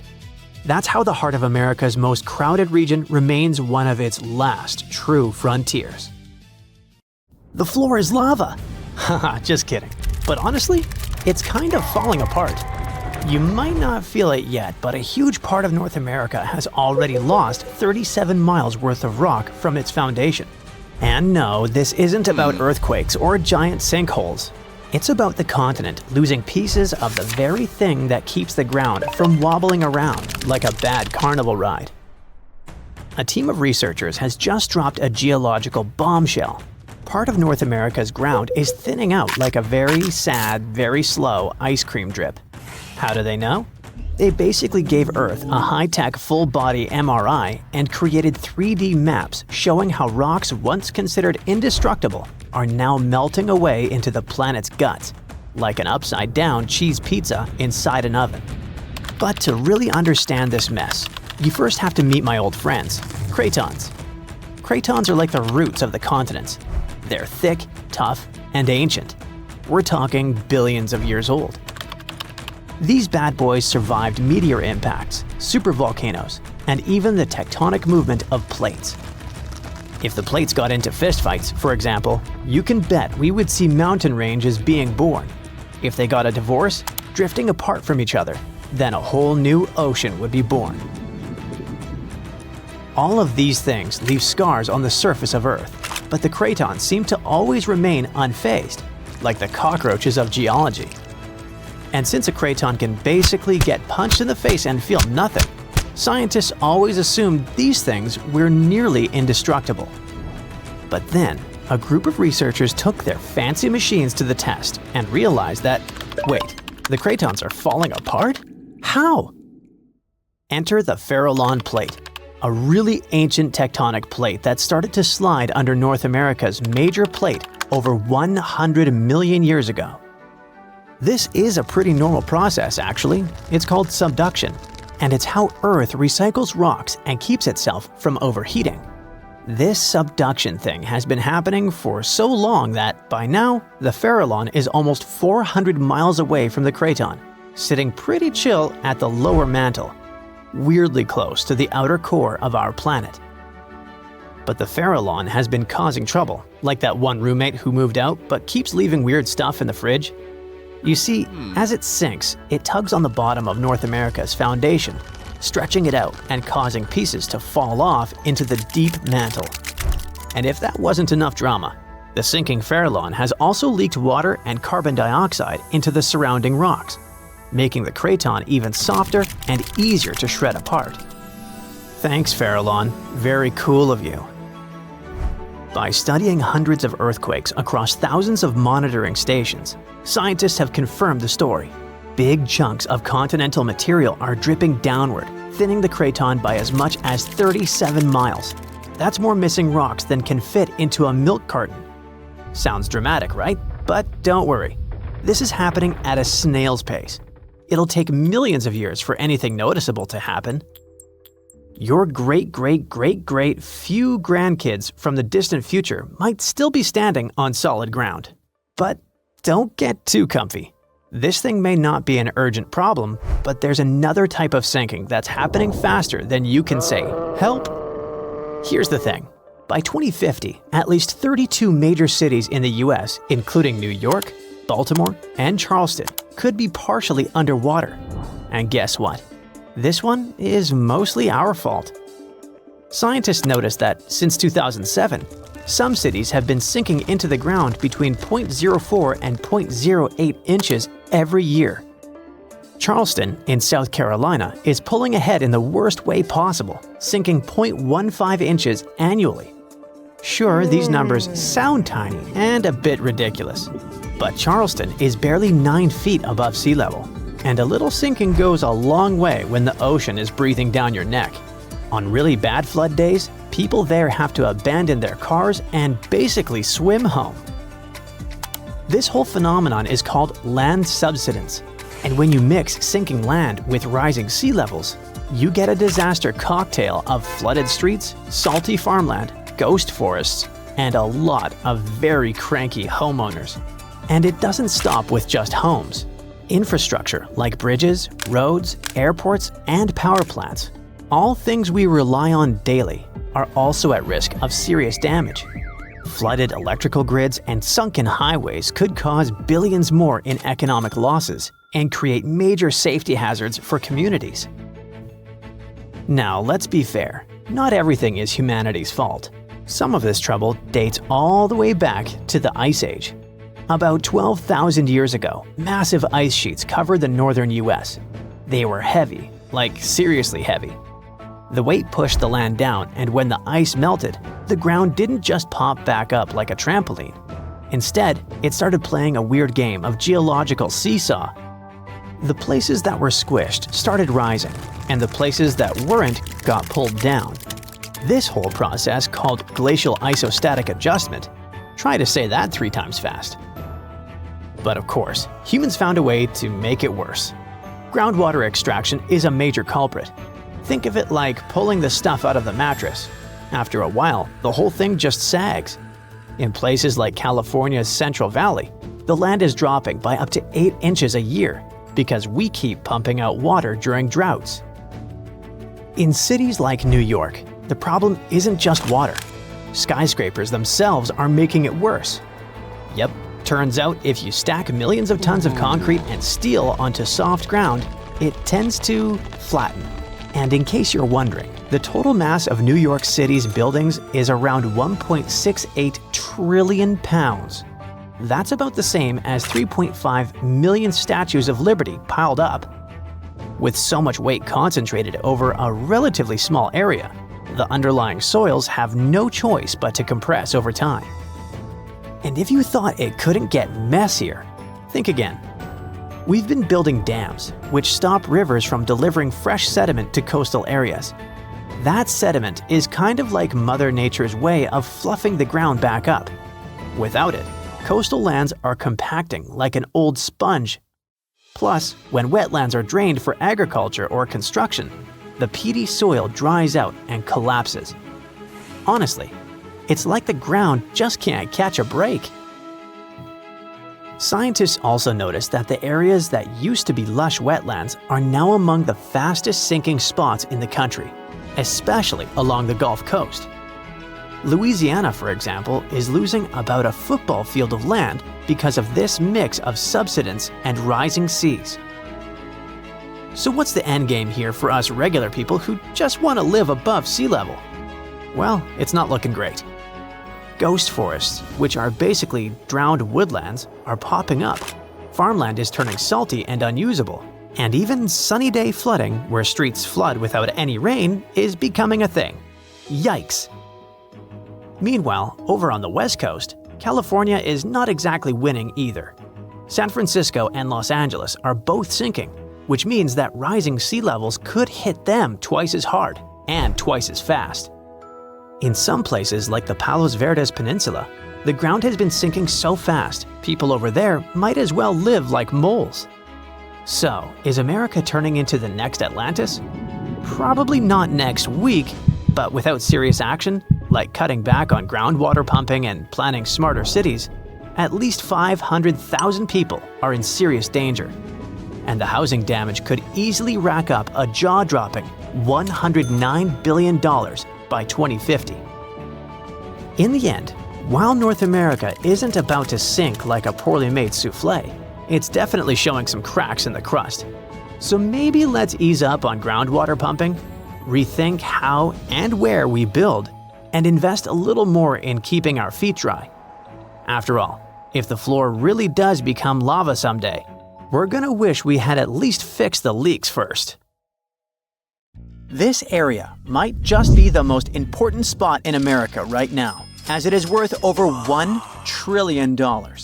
There's something incredibly valuable hidden right here at Thacker Pass, and it is going to shake things up, not just in Nevada, but in the US economy and its global relations. The McDermott Caldera is a massive area, about 28 miles long by 22 miles wide, stretching across northern Nevada and southern Oregon. It's in Humboldt County, a quiet, rural place with just one main city that's going to change a lot in the next 5 to 10 years. That's because they found white gold there. We're talking about lithium. And to explain why this metal is so important, we need a scale. On one side, we place a chunk of lithium, and on the other, an apple. What do you think will happen? If both have the same volume, the scale is going to tip toward the apple. That's because lithium is super light. Its density is about 0.3 ounces per cubic inch, which makes it the lightest solid you can find at room temperature. Lithium is also extremely reactive. That means it combines with other elements very easily, and it can catch fire just as easily. Mix it with water, fire. Expose it to air, yep, fire again. But when you combine its lightness with its high reactivity, you get a material that's perfect for batteries, like the one powering your smartphone, laptop, or even your electric car. Nevada's been hiding this treasure for about 16 million years. The McDermott Caldera used to be a volcanic hotspot, spewing molten rock and creating a huge lake filled with mineral-rich waters. Over time, that lake dried up, leaving behind thick layers of clay loaded with lithium. Right now, Thacker Pass Mine is sitting on one of the biggest untapped lithium reserves in the world, worth about $1.5 trillion. If everything goes as planned, they expect it to produce about 40,000 tons of high-quality lithium a year. And that's enough to make batteries for up to 800,000 electric cars. Like I mentioned earlier, this metal is the backbone of modern batteries. And with the world racing toward green energy, the demand for lithium is skyrocketing. Since 2020, its price has gone up more than 10 times, making it the most expensive battery metal in the world.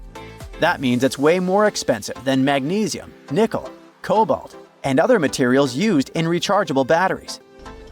Right now, we're using about 1.16 million tons of lithium per year, and roughly 85% of it goes into making batteries, mostly for cars. Between 2030 and 2040, experts think we will need to double the money we're putting into production, from $94 billion to $188 billion. At the same time, investment in batteries will jump by over 200%, reaching $686 billion. Finally, by 2050, the demand for lithium is expected to be more than 10 times higher than what we're producing now. Sorry, I know that's a lot of numbers, but I just want to show how important Thacker Pass will be for the whole world. This mine is going to be key to keeping everything running. I mean, literally, since most of the future demand will be for things like cars, electric bikes, scooters, and renewable energy storage. Nevada could also be the epicenter of a global energy revolution, with the US aiming to cut pollution by 50% by 2030. A big part of that is replacing gas-powered vehicles with electric ones. And to make that happen, America is going to need a whole lot more lithium than it's producing right now. Nowadays, most of the metal used in the United States come from countries like Chile and Argentina. So if America wants to be a leader in this market, it really needs to invest more and more in projects like Thacker Pass. But there's another challenge. Finding lithium in a mine is one thing, but refining it is another story. Just like diamonds are carefully cut and shaped to bring out their sparkle and sold in rings and necklaces, something similar needs to be done with lithium. The raw material that comes from the mines has to be refined into a pure form that can actually be used in things like batteries. And China pretty much dominates this part of the market, and they're responsible for about 75% of global lithium-ion battery production. In other words, it doesn't matter if a country finds this powerful metal on its land, it will probably still need China to help refine it. So, the US is eager to strengthen its supply chain. In fact, they're so excited about this possibility that authorities have invested over $2 billion in loans into the Nevada project. Because of that, Thacker Pass could make the US a leader in lithium production worldwide.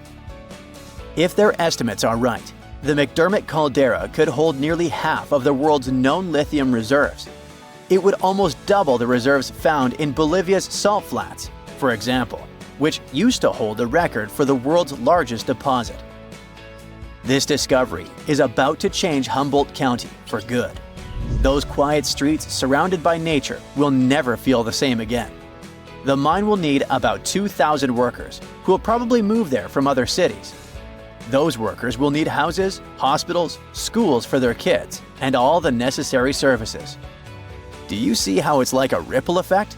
For every person hired to work on the project during construction, 6 more people will get hired in the state to support them. Thacker Pass is also going to have a huge impact on the economy, not just in Nevada, but all across the country. People expect the mine to be active for 35 years, and each year it's expected to generate over $2 billion. But here's the thing. In Thacker Pass, they'll be extracting lithium from clay, and this process has never been done on such a huge scale before. So it's kind of a hit or miss.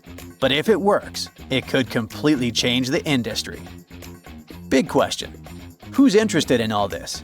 Well, we've got 3 big companies eyeing the lithium market in the US.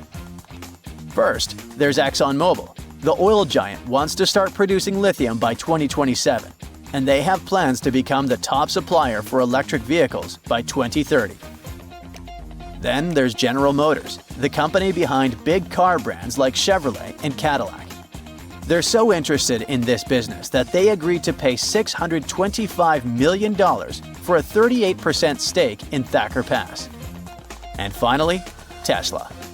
In 2023, they started building a factory in Texas to process lithium. It's all part of their plan to handle more of their supply chain themselves. Now that you know how important lithium is, you might be wondering, what if we run out? Well, that could happen, since it comes from mining and, just like gold, is a finite resource. But that doesn't mean we'd have to give up smartphones or electric cars. If we ever run out of this metal, we'd probably find new ways to produce batteries. In fact, some experts think thermal batteries could be the next big thing.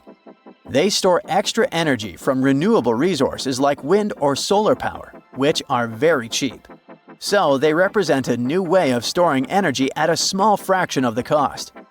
Nowadays, they're primarily used for powering the production of steel, cement, and chemicals. Thermal batteries are also being used to heat and cool large buildings.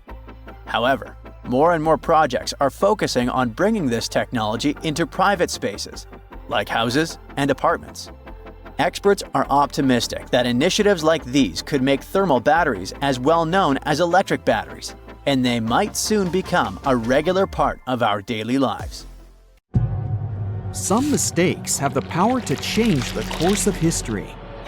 One such story has to do with an old, boring key that could have saved the Titanic from its infamous demise. The key belonged to the crow's nest locker that housed binoculars, which could have helped the lookouts spot the iceberg sooner. There's more. The key wasn't even on board the ship when it set sail. The second officer took it with him when he was taken off the ship at the last minute. As the story goes, the officer forgot to hand the key over to his replacement in his hurry to disembark. So, when the lookouts were in desperate need of binoculars, they were out of luck.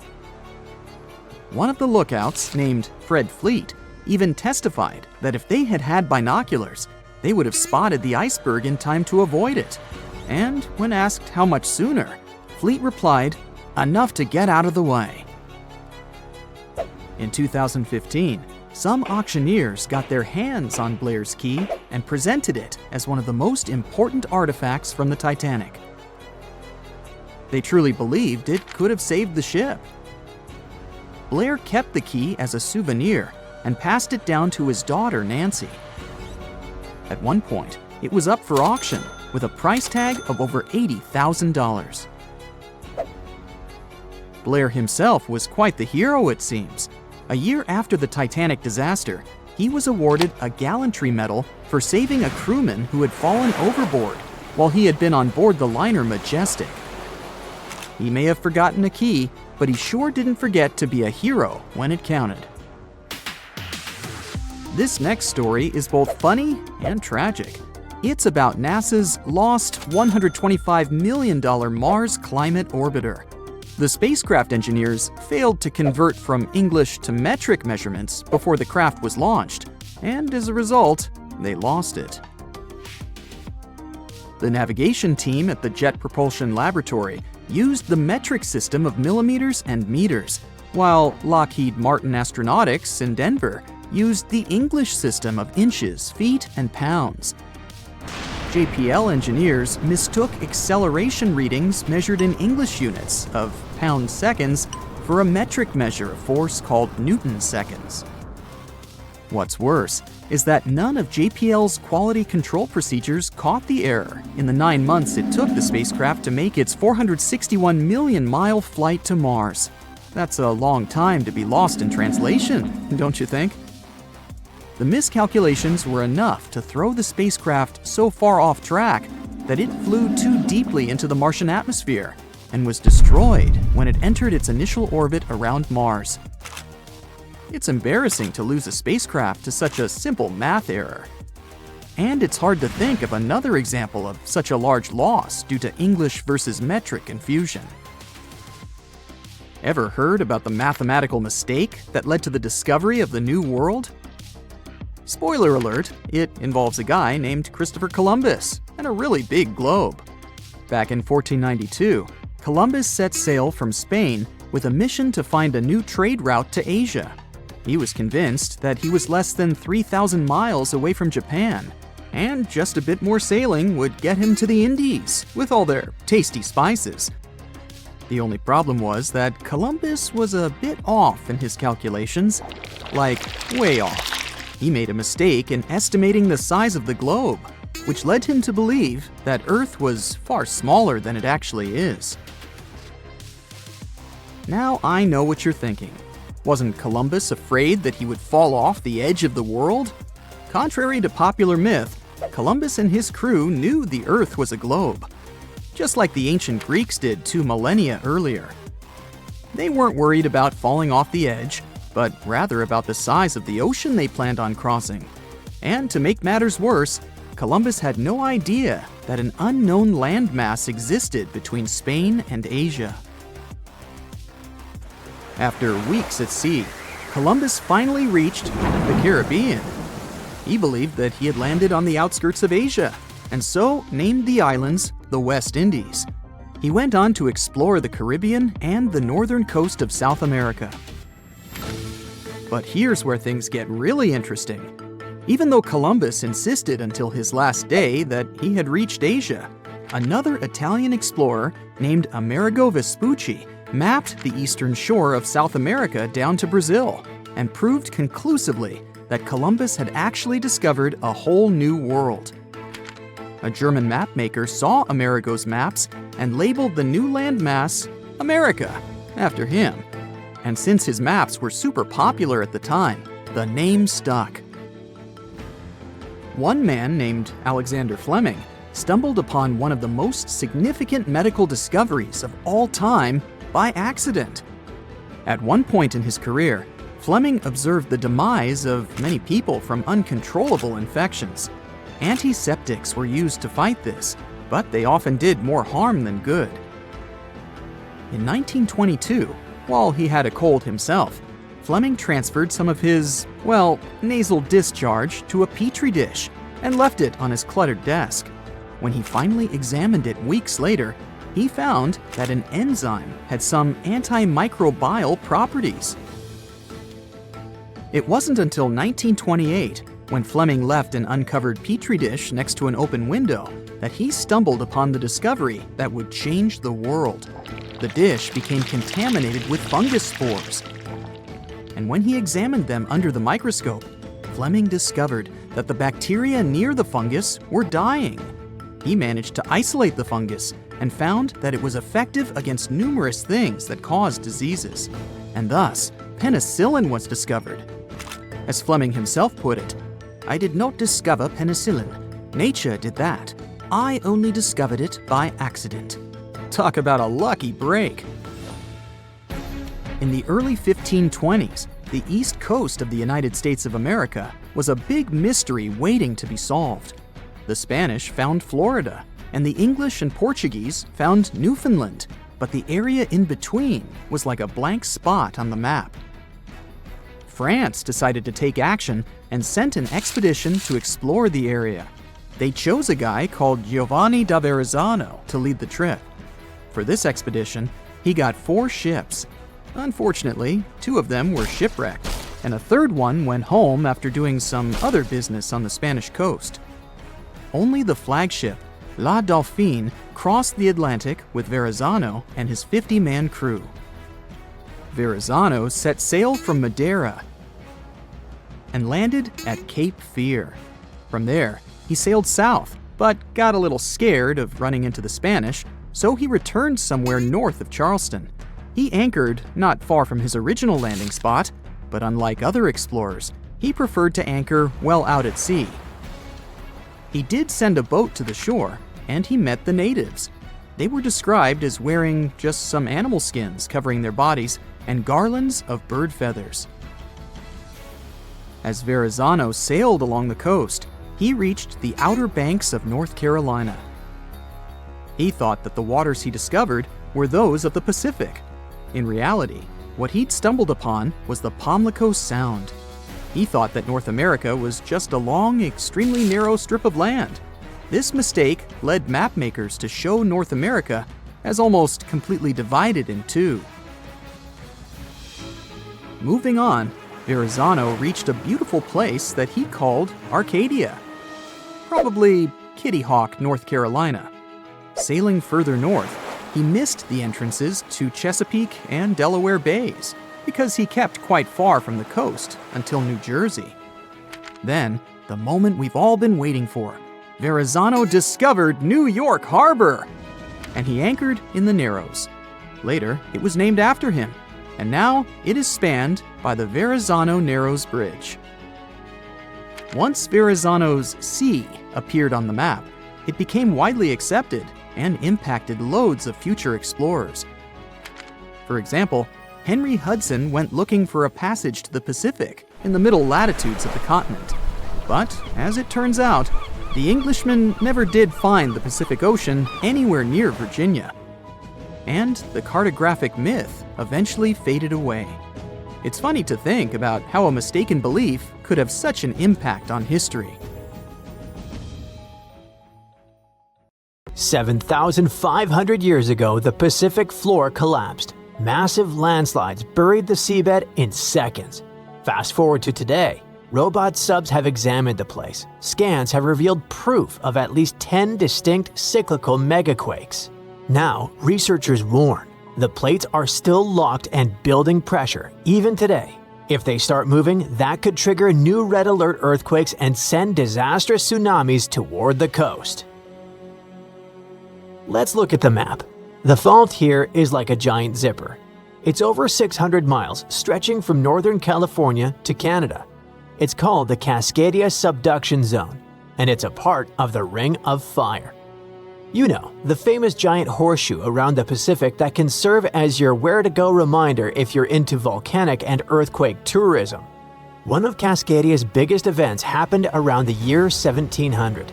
There are no local written records of it, but there is a story. A well-known indigenous legend tells of an epic battle between a thunderbird and a whale. In the story, the thunderbird's wing beats make the ground shake. The whale's thrashing sends seawater flooding inland. The thunderbird wins by finally grabbing the whale and slamming it back down, shaking the land itself. Many researchers believe that this legend originated from the real earthquake of 1700. But we don't just have cool myths to give us the full picture. In the early 1700s, samurai officials recorded waves flooding villages and rice fields. But nobody felt the earthquake that must come first. That's why they nicknamed this event the Orphan Tsunami.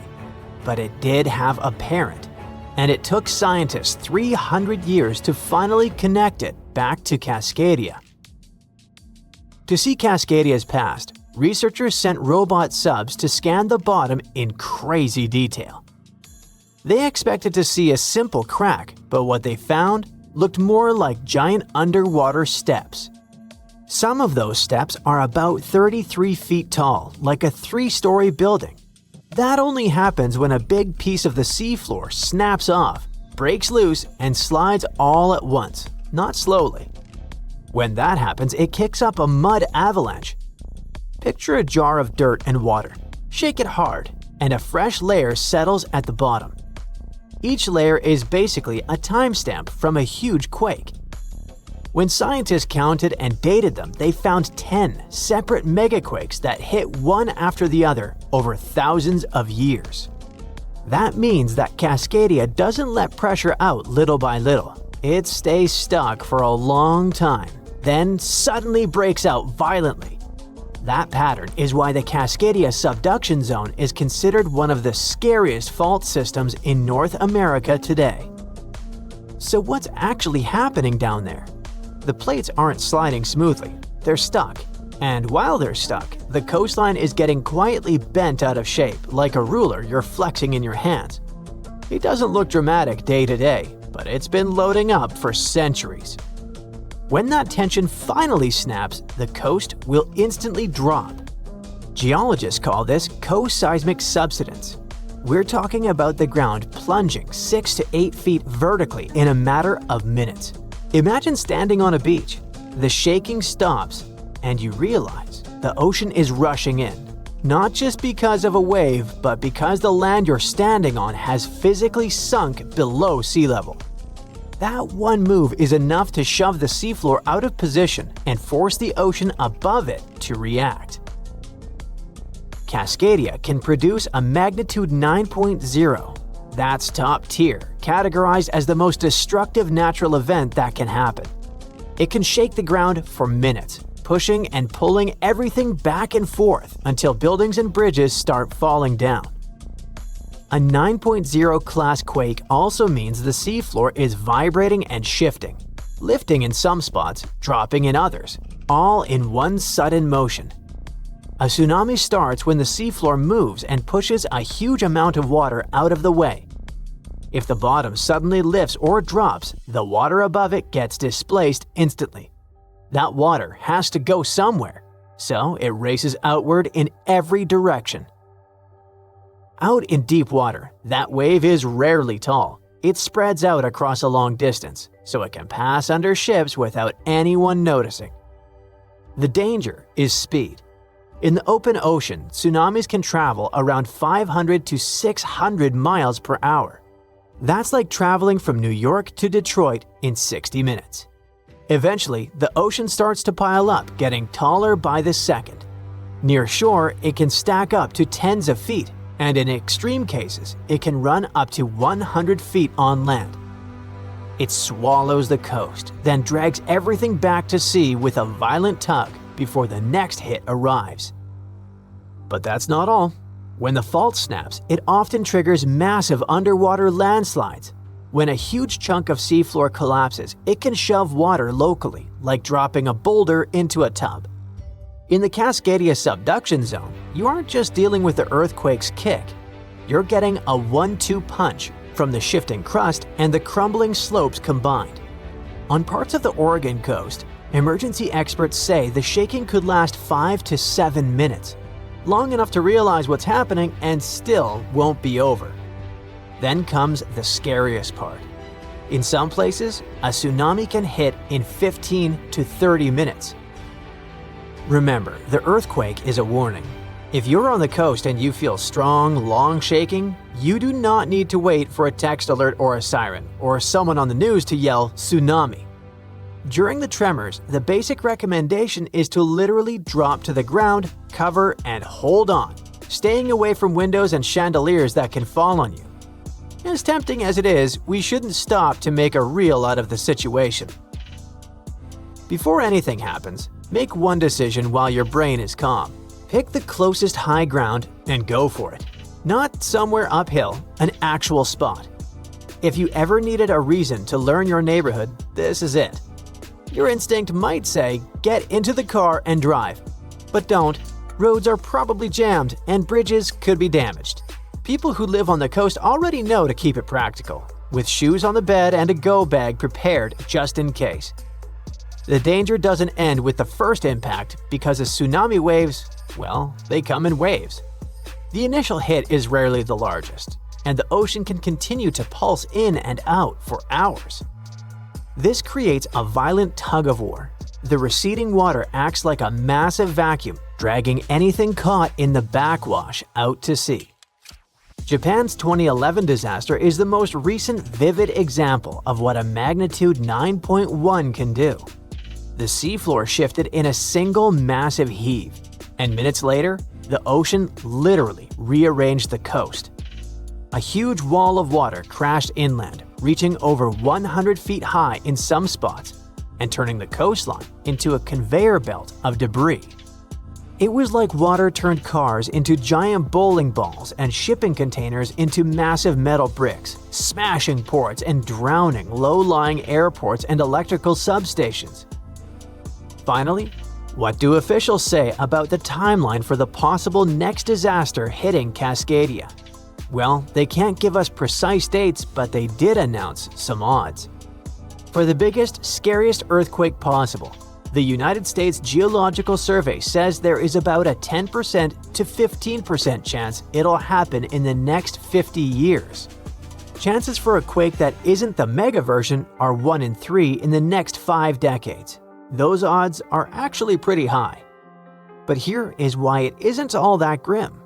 Scientists know this isn't random. Cascadia has a pattern, and patterns are what preparation runs on. We already know how to build for big shaking, and we're getting better at spotting where stress is building. It doesn't mean we can stop the earthquake, but it means we're getting way better at knowing what to expect. In the meantime, just keep a go bag by the door and maybe take a walk around your neighborhood every once in a while. divers have found something incredible in a Florida sinkhole, and it was… Stop, we need to leave a warning here. You're about to hear some pretty unusual scientific information. This knowledge will make you the smarty pants in your friend group. But there's also a risk that they'll look at you as a nerd. So perhaps it would be better for you to keep this knowledge a secret. In any case, it won't be superfluous. So, you know that scientists divide the history of our planet not only by time periods, but also by which animals lived at a certain time. For example, 2,000 years ago, Earth was inhabited by the blobfish, and scientists call this time the blobfish period. It's a joke, there's never been such a period, but you get the gist. The period between about 419.2 million and 358.9 million years ago is called the Devonian period, or the Age of Fish. Do you know why? Because the first fish began to appear on the planet. The Paleogene is the period of large mammals. The famous Jurassic period marks the appearance of giant dinosaurs, which we often see in the movies. Even now, we live in a certain period called the Quaternary period. It began about 2.6 million years ago and continues to this day. This is the time of humans and modern animals. So the next time somebody asks you what time it is, you can just answer, it's the Quaternary period. In short, the names of these periods depend more on what creatures inhabit the planet.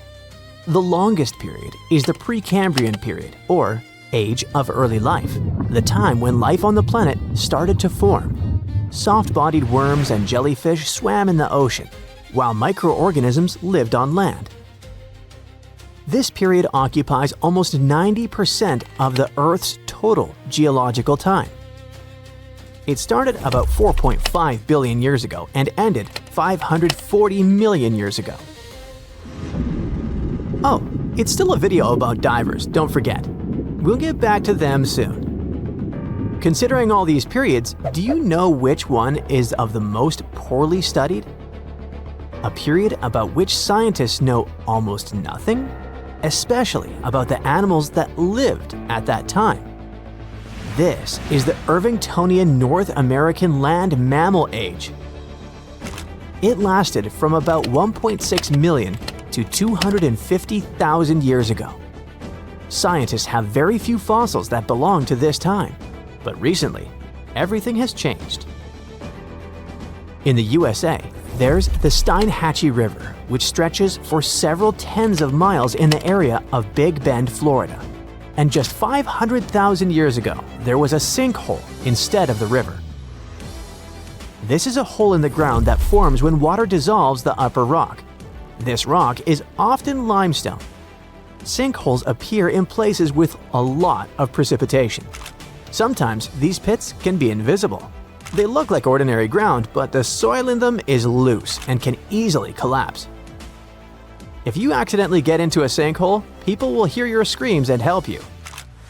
But in the distant past, about 500,000 years ago, when animals got there, they couldn't get out of the pit, so it became their grave. After many, many years, a river appeared here, and then several fossil collectors decided to check out this place and discovered a real paleontological treasure in it.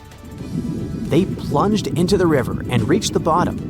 There, in the murky water, they saw horse teeth sticking out of the sediment. It'd be pretty scary to find for many of us, but for these guys, it was the jackpot. After the teeth, they found a hoof shaft and the skull of an unusual animal. At that moment, the collectors realized they had made a major discovery. Over the years, the sinkhole at this place had been filled with sedimentary rocks. Then, the river compacted all this mass, which made it possible to keep everything inside the sinkhole in good condition. Many animals got trapped in this pit 500,000 years ago, and only now have people managed to get them out. More precisely, what's left of them. Divers have found more than 500 fossils belonging to ancient animals, including unknown species. They got well-preserved bones of ancient horses, giant armadillos, sloths, and a new species of tapir. The Florida Museum examined the remains and determined that they belonged to the poorly studied Irvingtonian North American land mammal age. Most of all, scientists were struck by two finds in this collection. The first was the remains of a giant armadillo-like creature, and the second was the skull of an ancient tapir. In case you didn't know, this is a very cute pig-like mammal that has a short trunk like an elephant. Divers in Florida found the remains of a distant ancestor of this animal, which may be a new unknown species. Most of the fossils in the sinkhole belong to early Caballine horses, a subgroup that includes modern domestic horses. The remains of horses are so well preserved that scientists have seen signs of wear on their teeth. This will allow experts to understand the diet of these ancient creatures. We often hear news about people finding the remains of ancient animals or dinosaurs in caves, ravines, or at the bottom of lakes. But imagine if they found such remains in a museum. It all started in the early 2000s, north of the Florida border in southwest Georgia. There was a mine where workers mined clay. One day, they found the remains of some ancient animals and gave them to the Florida Museum of Natural History. There, these remains lay in storage, waiting in the wings. And then one day, some guy started sorting them out and noticed a mysterious vertebra of an unknown animal. This little grab caught the guy's attention, so he returned to it over and over again. He studied it, trying to figure out what species the bone belonged to.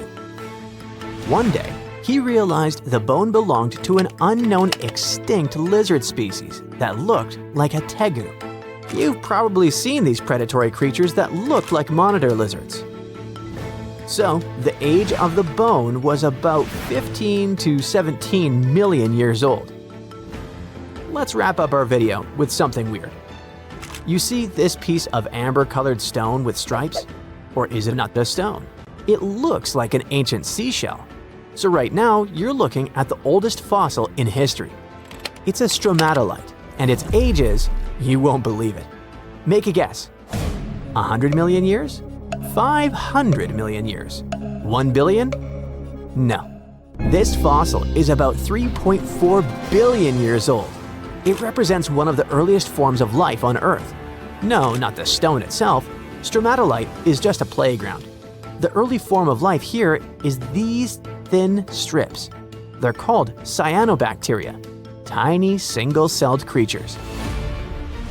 Okay, what about the remains of something bigger? Some ancient animals, for example? Meet the trilobites. They lived here during the Cambrian period, which began about 500 million years ago. This is the time when many invertebrates and fish began to appear. Their exoskeletons help the trilobites stay remarkably well preserved, considering their age. They were arthropods that looked like something between a spider, a scorpion, and a mutant from another galaxy. These animals lived for a very long time, and people find their remains almost all over the world. They appeared at the very beginning of the Cambrian period, survived it, and became extinct at the end of the Permian period. During the Permian mass extinction, when about 90% of all living beings were wiped off the face of the Earth. These creatures swam in open water, burrowed into the seafloor, or crawled along it. They lived like predators and scavengers. The front of the animal was protected by a strong head shield. It had crescent-shaped eyes and a calcified plate on its lower body. This plate covered its esophagus and mouth. It had several pairs of legs growing from its body. The trilobite could also curl up into a ball, like a woodlouse. They were digging a well when they hit something that made them stop mid-swing. Their shovels struck stone, and as they cleared the dirt away, the farmers saw blocks, lined up like bricks in a fortress wall. It happened in Texas in 1852. But to this day, there's no single explanation for something that looks like a secret buried city beneath quiet streets and front lawns.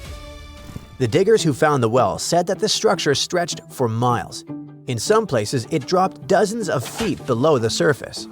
The stones looked strangely orderly, almost like someone had stacked them, and in certain places the shapes even formed arches. Other sections looked like windows or steps climbing upward. Before long, people started calling it the Great Wall of Texas. And the story spread quickly. Farmers, builders, and curious locals all grabbed shovels and started digging around, hoping to figure out what it really was. And that's when they noticed that the blocks seemed separated by seams that looked suspiciously like mortar. It was really hard to believe that nature could stack limestone into right angles and parallel lines like this. Then, things got even stranger. In 1886, a local newspaper wrote about a massive petrified skull found near the wall. They also mentioned underground chambers, lost rooms beneath Texas soil, and relics of something powerful and old. And then, almost as quickly as it appeared, the story vanished from print. There were no follow-up articles, no skull preserved in a museum, no official investigation that anyone could point to. It was as if the story had quietly slipped out of existence. People got even more intrigued and wanted to know if someone had suppressed all the info about the find on purpose. Someone suggested that some powerful institutions had quietly removed artifacts. Over time, theories piled up. Lost civilizations, ancient giants, even a North American counterpart to the Great Pyramid. But then, modern science stepped in with drilling rigs. Geologists drilled deep into the formation and pulled out samples of the rock. Then, they ran paleomagnetic tests. When rocks form, tiny magnetic minerals inside them line up with Earth's magnetic field at that moment, almost like microscopic compass needles frozen in place. If workers had cut these blocks somewhere else, maybe dug them out of a quarry, and then transported and assembled them into a wall, the magnetic patterns inside the rocks would have pointed in different directions. Each block would carry the signature of the place where it originally formed, but every sample had the same magnetic orientation, which means the stone formed exactly where it sits today. Researchers figured out the wall was made of rare limestone. This material can fracture in surprisingly straight lines as it hardens underground. Over long periods, erosion opens up those fractures, and they can look exactly like human-made walls. It's like mud. When it dries, it splits into neat geometric patterns. Now imagine the same process happening underground, slowly over millions of years on a much larger scale. Today, the scientists are sure that the rock wall formation developed naturally. It only seems constructed by humans. Recently, a family whose ancestors were early rock wall settlers donated a piece of land to the city that has the original site where the wall was excavated. And because the interest in the place lives on, the city authorities plan to make the original wall accessible to the public. The rock wall isn't alone. In 1968, 3 divers spotted large rectangular limestone blocks near North Bimini in the Bahamas. The blocks were in a straight line stretching about a half a mile. Divers called it the Bimini Road. It consists of massive angular blocks of limestone. Some of those blocks are up to 13 feet long. Many of the blocks look like they once had right-angled corners, as if someone cut them and placed them there with purpose. The 3 divers found this construction when the world buzzed with interest in Atlantis. So headlines immediately connected the dots and were seriously asking whether this could be the first physical trace of Plato's legendary civilization. We still don't have any archaeological evidence to confirm it actually existed, but the timing and the shape of the Bimini stones made many people believe that was it. But then, geologists explained that beach rock forms when sand, shell fragments, and other coastal sediments cement together in warm, shallow water. The Bimini blocks consist of small mud pellets, grains of sand, shell pieces, remains of tiny single-celled marine organisms, and fragments of algae. Over time, chemical reactions bound these materials into solid limestone sheets. Natural fractures split the sheets into rectangular blocks. As sea levels rose at the end of the last ice age, water gradually submerged the formation. Waves and currents eroded the sand beneath parts of it and made some blocks look slightly elevated or recessed. Then, researchers did radiocarbon dating on rock samples, shells embedded with them, and the carbonate cement holding everything together. That's how they found out that the stones were roughly 2,000 years old. It's way after Atlantis' supposed demise 12,000 years ago. So no, the Bimini Road doesn't lead to Atlantis. But it helped scientists better understand how coastlines evolve, how sediment hardens, and how rising seas reshape continents. There's another mysterious structure that might have to do with Atlantis. Meet the Eye of the Sahara, or more officially, the Richat structure in Mauritania. From space, it looks like a 25-mile-wide bullseye carved into the desert. Concentric rings ripple outward like someone dropped a cosmic pebble. People who saw it first thought it was a spot left by a meteor impact. And a new theory links it to Atlantis. They say it looks exactly how Plato described it, with a center island with 3 rings of water and 3 rings of land around it. The Eye of the Sahara sits totally dry right now, but imagine if you dropped it down to sea level. Ocean water would rush in and fill those dips, and boom, you get something that looks a whole lot like Plato's famous city. On top of that, the size seems pretty close. Plato said the main part of Atlantis measured about 11 miles across, and the Richat structure measures roughly 13 miles wide. But wait, Atlantis famously sank into the ocean, so for this to work, the eye had to sit right at sea level a long time ago. The fans of this idea claim that this whole chunk of northwest Africa slowly pushed upward over the last 11,000 years.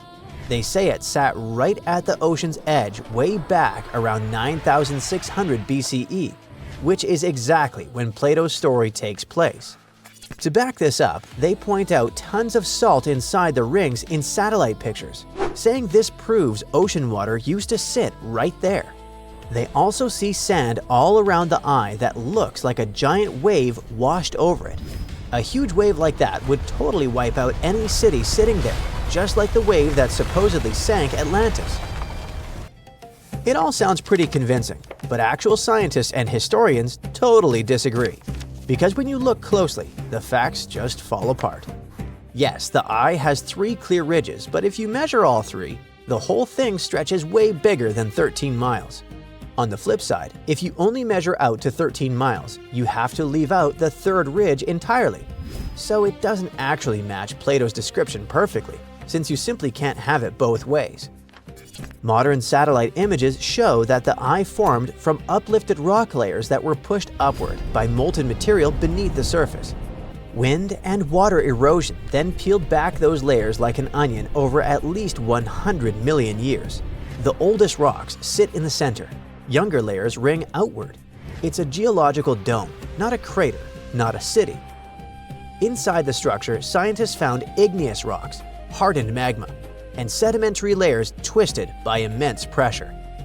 Hot water chemically changed the rocks and left additional signatures. Ancient stone tools also scatter across the region, showing that early humans once passed through. This site is now among the most significant geological heritage locations on Earth. Something is about to reshape the entire future of the West Coast. The coastline, the infrastructure, the whole map. Scientists fear there is not one but 2 big earthquakes coming, one caused by another. This wasn't even on the radar for most people, but new research is changing everything. For decades, everyone treated the San Andreas Fault and the Cascadia Subduction Zone like 2 separate monsters that just happened to live in the same neighborhood. They were powerful, yes, but independent. But now, scientists believe these 2 giant faults are mechanically linked, and one can literally pull the other into rupturing shortly afterward. Cascadia moves, San Andreas moves. San Andreas tears, Cascadia tears. And the potential consequences of that are honestly haunting. Scientists found evidence that it happened at least 10 times in the last 3,100 years. Earthquake, pause, earthquake. It comes from marine sediment cores, which are like time capsules pulled up from the ocean floor. Researchers analyzed layer after layer of seabed sediment and found doublets. Paired debris layers created by 2 massive quakes happening so close together that the ocean barely had time to settle between them. That discovery takes us to the Mendocino Triple Junction, the geological troublemaker of the West Coast. It's the place where 3 tectonic plates crash and grind into each other like badly aligned gears. It's also the zone where the San Andreas meets Cascadia, which makes it the perfect place for these double quakes to form. The stress changes caused by a rupture in one fault travel straight through this junction and destabilize the other. It's benign when it happens to a bookshelf. When you move one book, 3 others shift. But when you think about it like a coastline with millions of people, entire cities, major infrastructure, it instantly feels terrifying. To many people who live on the West Coast, the San Andreas kind of feels like a California's problem, and Cascadia like an Oregon and Washington's problem. But when you understand that these two faults can essentially fire at each other, it stops being a local issue and becomes a continental one. A Cascadia megaquake alone can hit magnitude 9.0 plus, rip open 600 to 700 miles of seafloor, and send a tsunami roaring toward the Pacific coast. And it could just be the first quake, and then, maybe minutes later, the San Andreas snaps in Northern California. The shaking could ripple down the state like a zipper tearing open a jacket, and if it goes the other direction, it could be just as bad. If the San Andreas ruptures first, the intense stress redistribution can destabilize the Cascadia subduction zone. You could get the California quake first with buildings rocking, highways breaking, and power stations failing. And then, soon after, the ocean pulls back in Oregon or Washington. And the 20-minute countdown to a tsunami begins, a follow-up disaster. It's the kind of chain reaction you don't want even in a video game, let alone real life. This discovery also tells us something eerie about the earthquake in 1700, the one that sent a tsunami across the Pacific so huge that it struck Japan with no warning. Japanese fishermen called that wave the orphan tsunami because it arrived without any felt shaking. Only centuries later, scientists figured out that it came from the Pacific Northwest. But until recently, no one knew that the San Andreas might have felt that event too, and it possibly slipped or destabilized because of it. So, the whole West Coast may have moved together. And we've come to the scariest part. All this isn't about if, it's strictly about when. The faults have a rhythm, a pace, and a geological heartbeat. We've seen how they behave across thousands of years. We know what they did, and now we know they sometimes do it in sequence. The real fear isn't the first quake. California already expects a big one. The real fear is the second quake, the one that comes before you've checked on your family, before emergency responders regroup, before the power comes back, and before the dust settles. Even if you don't live on the West Coast, this matters for you too. The ports in California, Oregon, and Washington handle a massive chunk of America's imports. Knock them offline, and it's not just the coastline that feels it. The ripple hits the entire country, and potentially the world. Grocery prices spike, supply chains freeze, gas availability dips, shipping timelines go nuts. The world is much more connected than any of us thought, and a geological double punch on the Pacific coast wouldn't stay a local disaster. It would spread, thread by thread, into everyone's life. So, those in power must prepare not for one giant rupture, but for two. Emergency plans, evacuation routes, response times, and power grid designs, all of it needs updating. Because nature has now shown us what even a single major rupture can do to a modern economy. It happened in Japan in 1995, on January 17th at 5:46 in the morning. The quake hit right by the northern tip of Awaji Island, only 12 miles from Kobe, a huge, busy city with about 1.4 million people back then, and another 2.6 million in Osaka nearby. The rupture ripped along the Nojima Fault for about 25 miles. That doesn't sound like much until you realize entire buildings can't survive that kind of sideways shove. More than 5,000 people lost their lives. 43,000 were injured. Nearly 400,000 buildings were irreparably damaged. This disaster hit one of Japan's largest industrial zones. And when you mess with a place like that, the shock doesn't stop at the shoreline. The damage was $200 billion US in losses, from smashed buildings and infrastructure and many businesses shutting down. Kobe's port just collapsed. Only 30% of the Osaka-Kobe railway lines worked. Part of National Route 28 literally vanished into the ground. Schools, hospitals, and municipal buildings, 85% of them took damage or were unusable.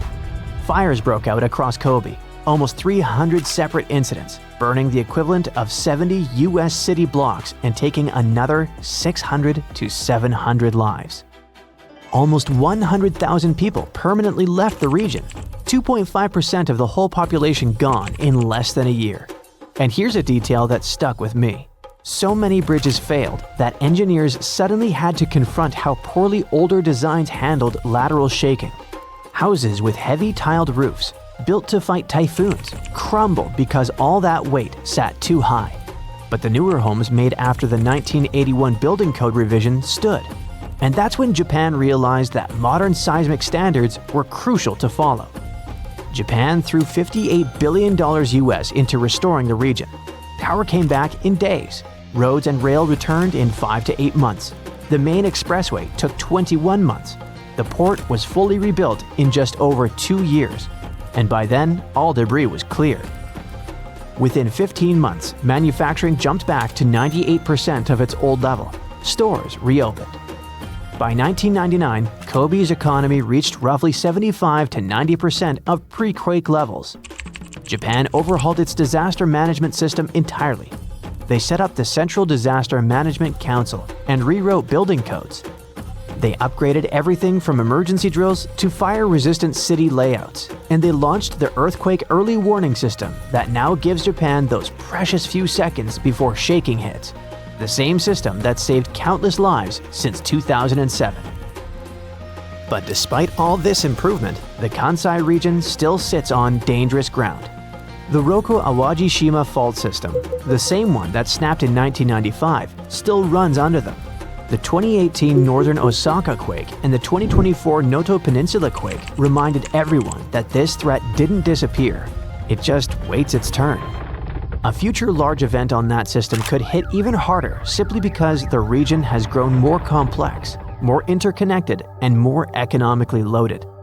So Kobe wasn't even a triggered double fault rupture, but it still broke a major industrial hub, reshaped a national economy, and permanently changed global shipping routes. That's why when scientists started talking about 2 joint faults firing off back-to-back in Cascadia and San Andreas, you don't even have to imagine the consequences. We already got a preview in 1995. You are looking at a remarkable idea, for this is the story of the miracle seam. This massive lake in California is worth $540 billion, as it holds enough lithium to power over 30 trillion iPhones. That's way more than experts predicted, making it one of the biggest lithium reserves ever. This finding could revolutionize the US economy, but a major challenge is still standing in the way. If it's not solved, all that money will stay buried forever. First things first, lithium. This metal is so valuable that people call it white gold, and it's unbelievably light. In fact, it's the lightest solid on Earth at room temperature. It was discovered by a Swedish chemist in 1817, and honestly, since then, we didn't really care much about lithium. This poor metal was ignored for centuries because it didn't seem to have any practical use in everyday life. I mean, sure, it's light, it's white, it's shiny. But what could we actually do with it? At some point, though, another trait of this metal started to stand out: its reactivity. Basically, it bonds really easily with other elements. But that also means something else. It can catch fire in seconds. For example, if you expose it to air, it goes through a wild oxidization reaction, and before you know it, boom! Flames everywhere. This might sound like danger to you, but to scientists, it screamed Eureka! Because being super light and super reactive actually makes it the perfect material for batteries. And you get why that's a big deal nowadays, right? Batteries power almost everything around us, like smartphones, cars, and even small airplanes. Since everyone suddenly wants lithium, demand has skyrocketed, and it's not slowing down anytime soon. Back in 2021, for example, the world produced about 540,000 tons of it. But by 2030, predictions say demand could soar past 3 million tons. And here's the problem. lithium is a finite resource. There are only about 100 lithium mines in the world, mostly in Australia, Chile, and China. Sure, supply is expected to grow, but demand is climbing much faster. That means we could be facing a shortage soon. Lithium mines can keep up with today's demand, but they won't be able to do that for many more years.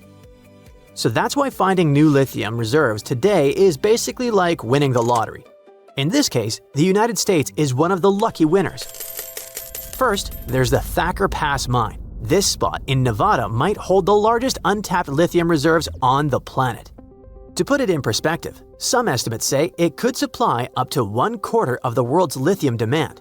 We're talking as much as 40 million tons of this precious metal, and that might be worth over $500 billion. Right there, they'll be extracting lithium from clay. This might be challenging, since this process has never been done on such a huge scale before, but it's doable. A couple of years ago, the United States found another big win in the lithium game, the Salton Sea. This is a huge, shallow lake located in Southern California's Imperial County. At first, they announced that this spot could hold over 3.4 million tons of lithium underground. That would be enough to make more than 375 million batteries for electric vehicles. That was already huge. But then, more recently, specialists realized they had made a mistake. Actually, a good mistake. The amount of lithium there is likely much, much higher. It could hold 18 million tons of it. Now, the Salton Sea is being considered the 5th largest lithium deposit in the world. This could be a real game changer. The United States is betting big on this mineral, hoping it'll help keep the country's economy strong for decades to come. So, finding this second big source of lithium was a huge relief. It means America is one step closer to relying less on other countries. And, by the way, most of its lithium right now comes from Chile.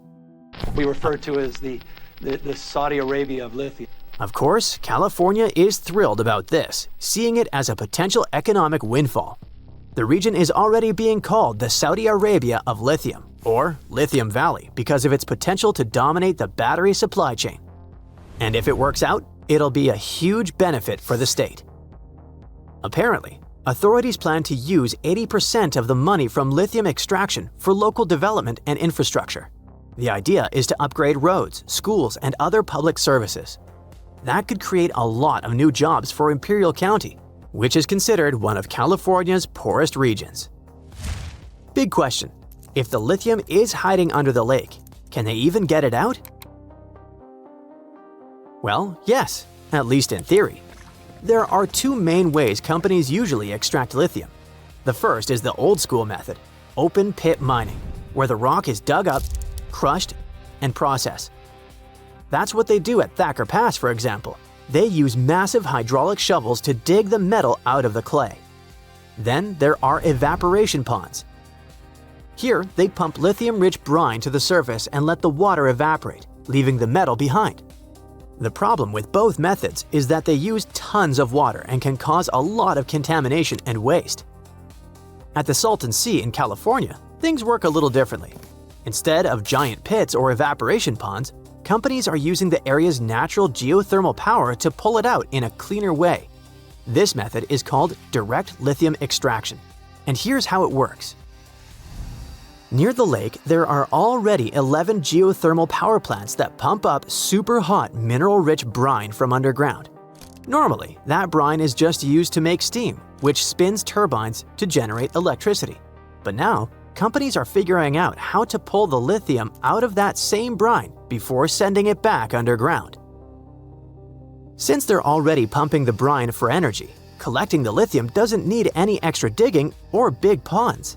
So it avoids most of the water waste and pollution you get with old methods. It's like getting clean energy and battery materials at the same time, but with way less impact on the environment. This method sounds brilliant and totally doable, but it also comes with challenges that won't be easy to overcome. Sure, people call it environmentally friendly, but that's only when you compare it to other ways of getting lithium. This method still raises concerns about water use. People in California are already dealing with shortages, and large-scale lithium extraction could put even more pressure on the region's limited water supply. The Salton Sea itself is shrinking fast. Water levels have dropped by more than 9 feet over the past 25 years. That creates a huge problem. Less water means more exposed lakebed.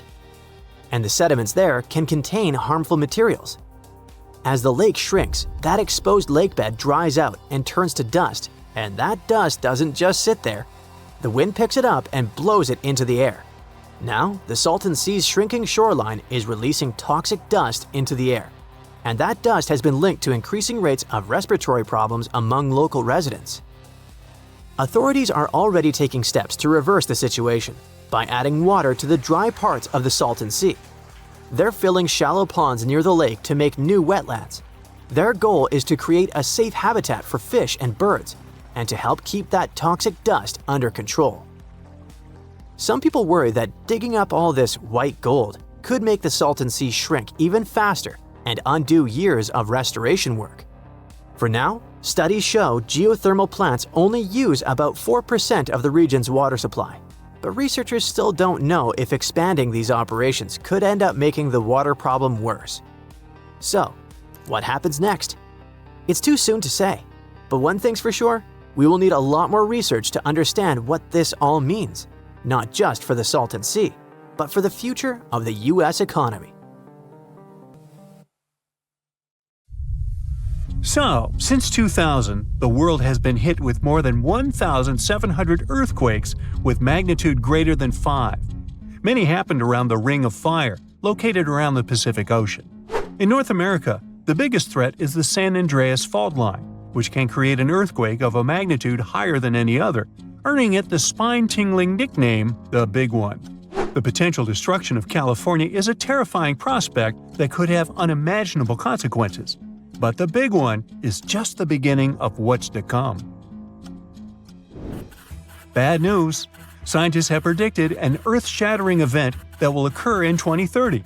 Like it or not, there's a 70% chance that we'll experience the Big One, and it will be an earthquake with a magnitude of 6.7. The San Andreas Fault Line will cause the Big One, but what is scary is that we can't predict it. On the other hand, a massive earthquake occurs every 100 years. This means there's always time to prepare for a natural disaster. If we traveled back in time, we'd see a few significant earthquakes like the ones that wiped out San Francisco and Fort Tajon. Buildings made a long time ago are not quake-proof. They will collapse. Even if they survive, you should not enter them. But buildings are not the most dangerous part. You should watch out for electrical lines and gas pipes. Your hill house might be lovely, but it is extremely unsafe. During quakes, the hill can turn into a massive landslide that will destroy everything in its path. Say goodbye to road trips because all the roads will be ruined. You should have some spare water and food since you won't be able to go to the supermarket. This disaster won't be cheap. It will cost the U.S. around $200 billion to recover from the quake. At least the earthquake will not trigger tsunamis. But there's something it can cause more damage than the Big One. The notorious Cascadia subduction zones start in California and ends up all the way in Vancouver, Canada. The San Andreas Fault Line is nothing compared to this zone. It can wipe the whole coast off the face of the Earth, an example of hyperbole. Subduction zones are tectonic plates forced to be one under the other and constantly pulling apart. One is called the North American Plate, and the other is the Juan de Fuca Plate. Zones like these are not to be messed with, since they are terrifying hotspots for earthquake activity and extremely dangerous because they cause massive underwater quakes. But they are underwater, so what can they do to us?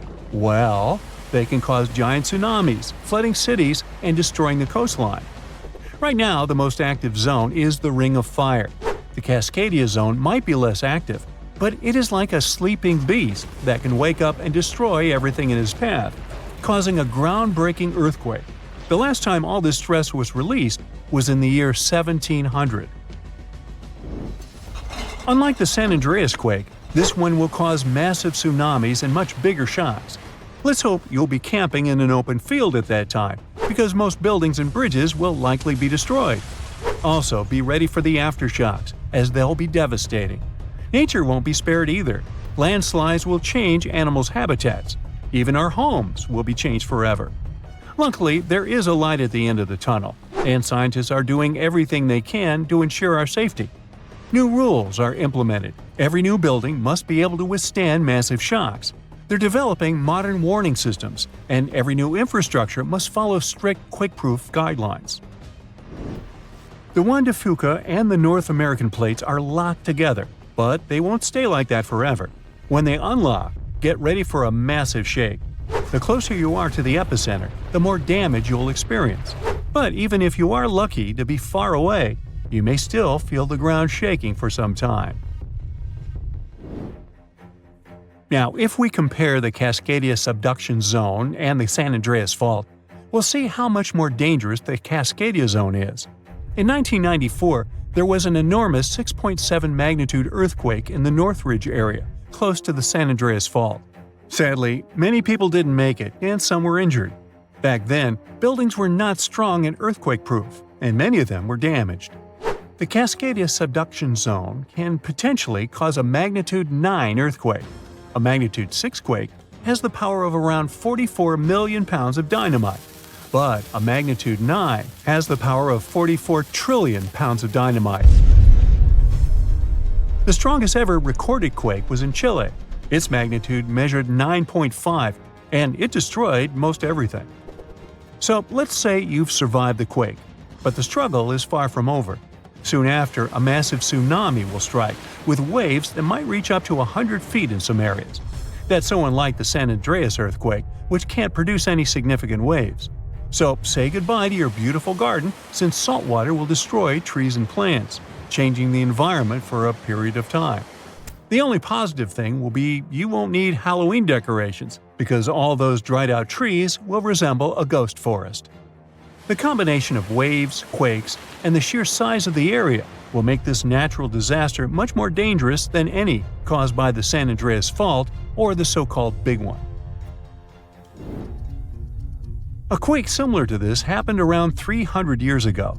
Many more have been recorded in the past 3,500 years, proving that they continually occur every 400 to 600 years. So, technically, we have around 100 to 300 years before the next big one hits.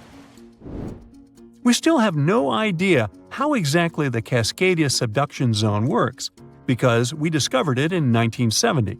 This zone is super scary because it can cause big earthquakes.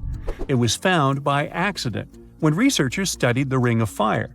They wanted to know if this area had caused any trouble in the past years, and the proof was under their noses. In Washington, there is a horror forest where nothing has been growing for years. When researchers tested the soil, they found a tremendous amount of salt. They put 2 and 2 together and concluded that a massive tsunami had been the reason. Experts still didn't know when the forest was destroyed, but Japan kept records of a gigantic earthquake that had a similar effect. It was the one that happened in the year 1700. There is a 1 in 3 chance that the next one will occur in 2050. You must know how to survive the Canadian earthquakes and make it out unscathed, so listen carefully. Those who live in this area have almost no experience with earthquakes like this one. Surviving the quake is relatively easy, but the tsunami coming afterwards is the real danger. After the shake, find the highest ground and go there. Only bring the essentials, like food and water. Yeah, leave your baseball card collection at home. After the first hit, don't try to go down. Seismologists say that most likely there will be a few more waves, and they have proven this. On the 22nd of May, 1960, seismologist Jerry Eston and his 4 friends went to Hawaii to see an expected tsunami that was to happen around midnight. They set up their gear on Wailuku Bridge with an escape route planned. This bridge had been destroyed in the previous tsunami, but the new one was much taller and better. After midnight, the water was 4 feet above the average level. The second wave hit a half hour after midnight, and the water rose another 9 feet by 1 a.m. The water started going down and dropped by 7 feet, but the horror was far from over. Next, they saw a wave that was around 20 feet tall. This shows us that tsunamis are unpredictable, and we should listen to experts to stay safe.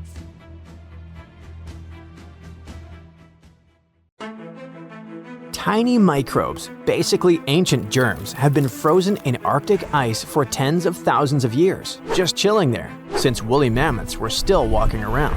And now, scientists think these little guys might wake up again if Arctic summers keep getting longer and warmer. Yep, you heard right. Zombie microbes. Great.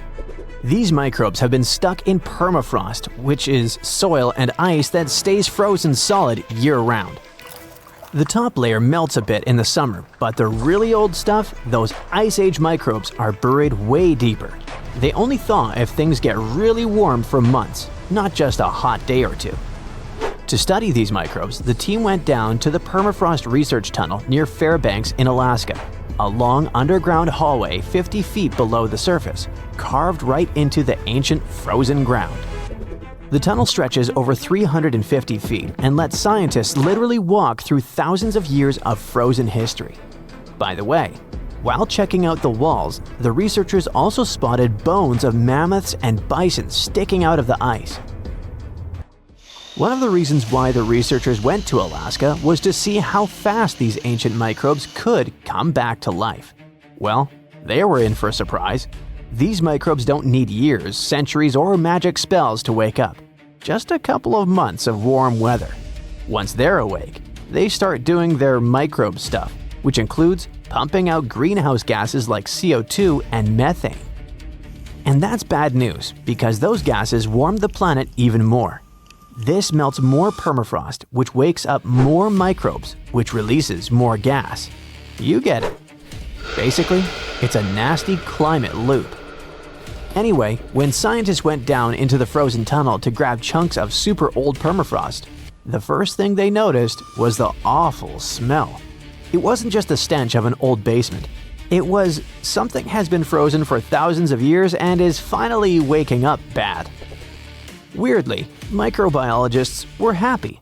Such a smell is actually a good sign for them because it usually means tiny creatures, microbes, are still around. Back in the lab, the team soaked the frozen samples in the water that had a special kind of heavy hydrogen inside it. This helped them track what the microbes were doing later. Then they put the samples into fridges at 3 different temperatures: cold, kinda cold, and not too cold, to copy what future Arctic summers might feel like if the warming continues. For the first month, almost nothing happened.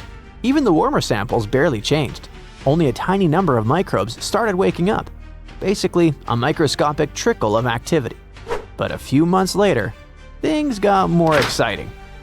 Thanks to the heavy water, scientists could watch how much of it the microbes used to build their cell membranes. It helped them figure out that the old microbes were making special fatty molecules that might help them stay alive in freezing conditions. By the 6-month mark, the samples that were stored at the warmer temperatures had transformed completely. They became more active and started forming little slime layers. The scientists could actually see these layers even without a microscope. The whole community of microbes wasn't super diverse, but those that were active behaved just like modern microbes that live in unfrozen soil today. In short, those ancient microbes were definitely alive and got pretty energetic once the temperatures were warm enough. This matters a lot for the Arctic and for the whole planet because these microbes survive by eating old organic material trapped in the permafrost. When they eat, they release greenhouse gases like carbon dioxide and methane, and the Arctic is warming faster than any other part of Earth. It means that the deep frozen layers might stay warm long enough for huge numbers of ancient microbes to wake up and start pumping out gas. Right now, northern permafrost holds about twice as much carbon as the entire atmosphere. If a lot of that carbon gets released, it could speed up the warming of our planet. It can lead to dramatic consequences, setting off a whole chain of huge changes and affecting basically everything on Earth. Extreme weather will start happening more often. Stronger hurricanes, heavier rainstorms, longer heat waves, bigger wildfires. The oceans will rise too, which can flood coastlines and put towns and cities at risk. Animals, plants, and entire ecosystems can get thrown out of balance, with some species struggling to survive and food chains breaking down. People all over the world will have to deal with crop failures, water shortages, and damaged homes or infrastructure. Let's get back to our zombie microbes. The thing is, the study only looked at them in one place in Alaska, but there's a massive amount of permafrost all over the world, in Alaska, Canada, Siberia, and many other places. And microbes in different regions might behave differently as things warm up. Scientists still have tons of work to do to figure out what's coming next. I bet you're questioning yourself. Could ancient viruses infect us? Well, most of the ancient microbes frozen in permafrost are totally harmless. They're like old bacteria that only care about messing with other tiny organisms in the dirt.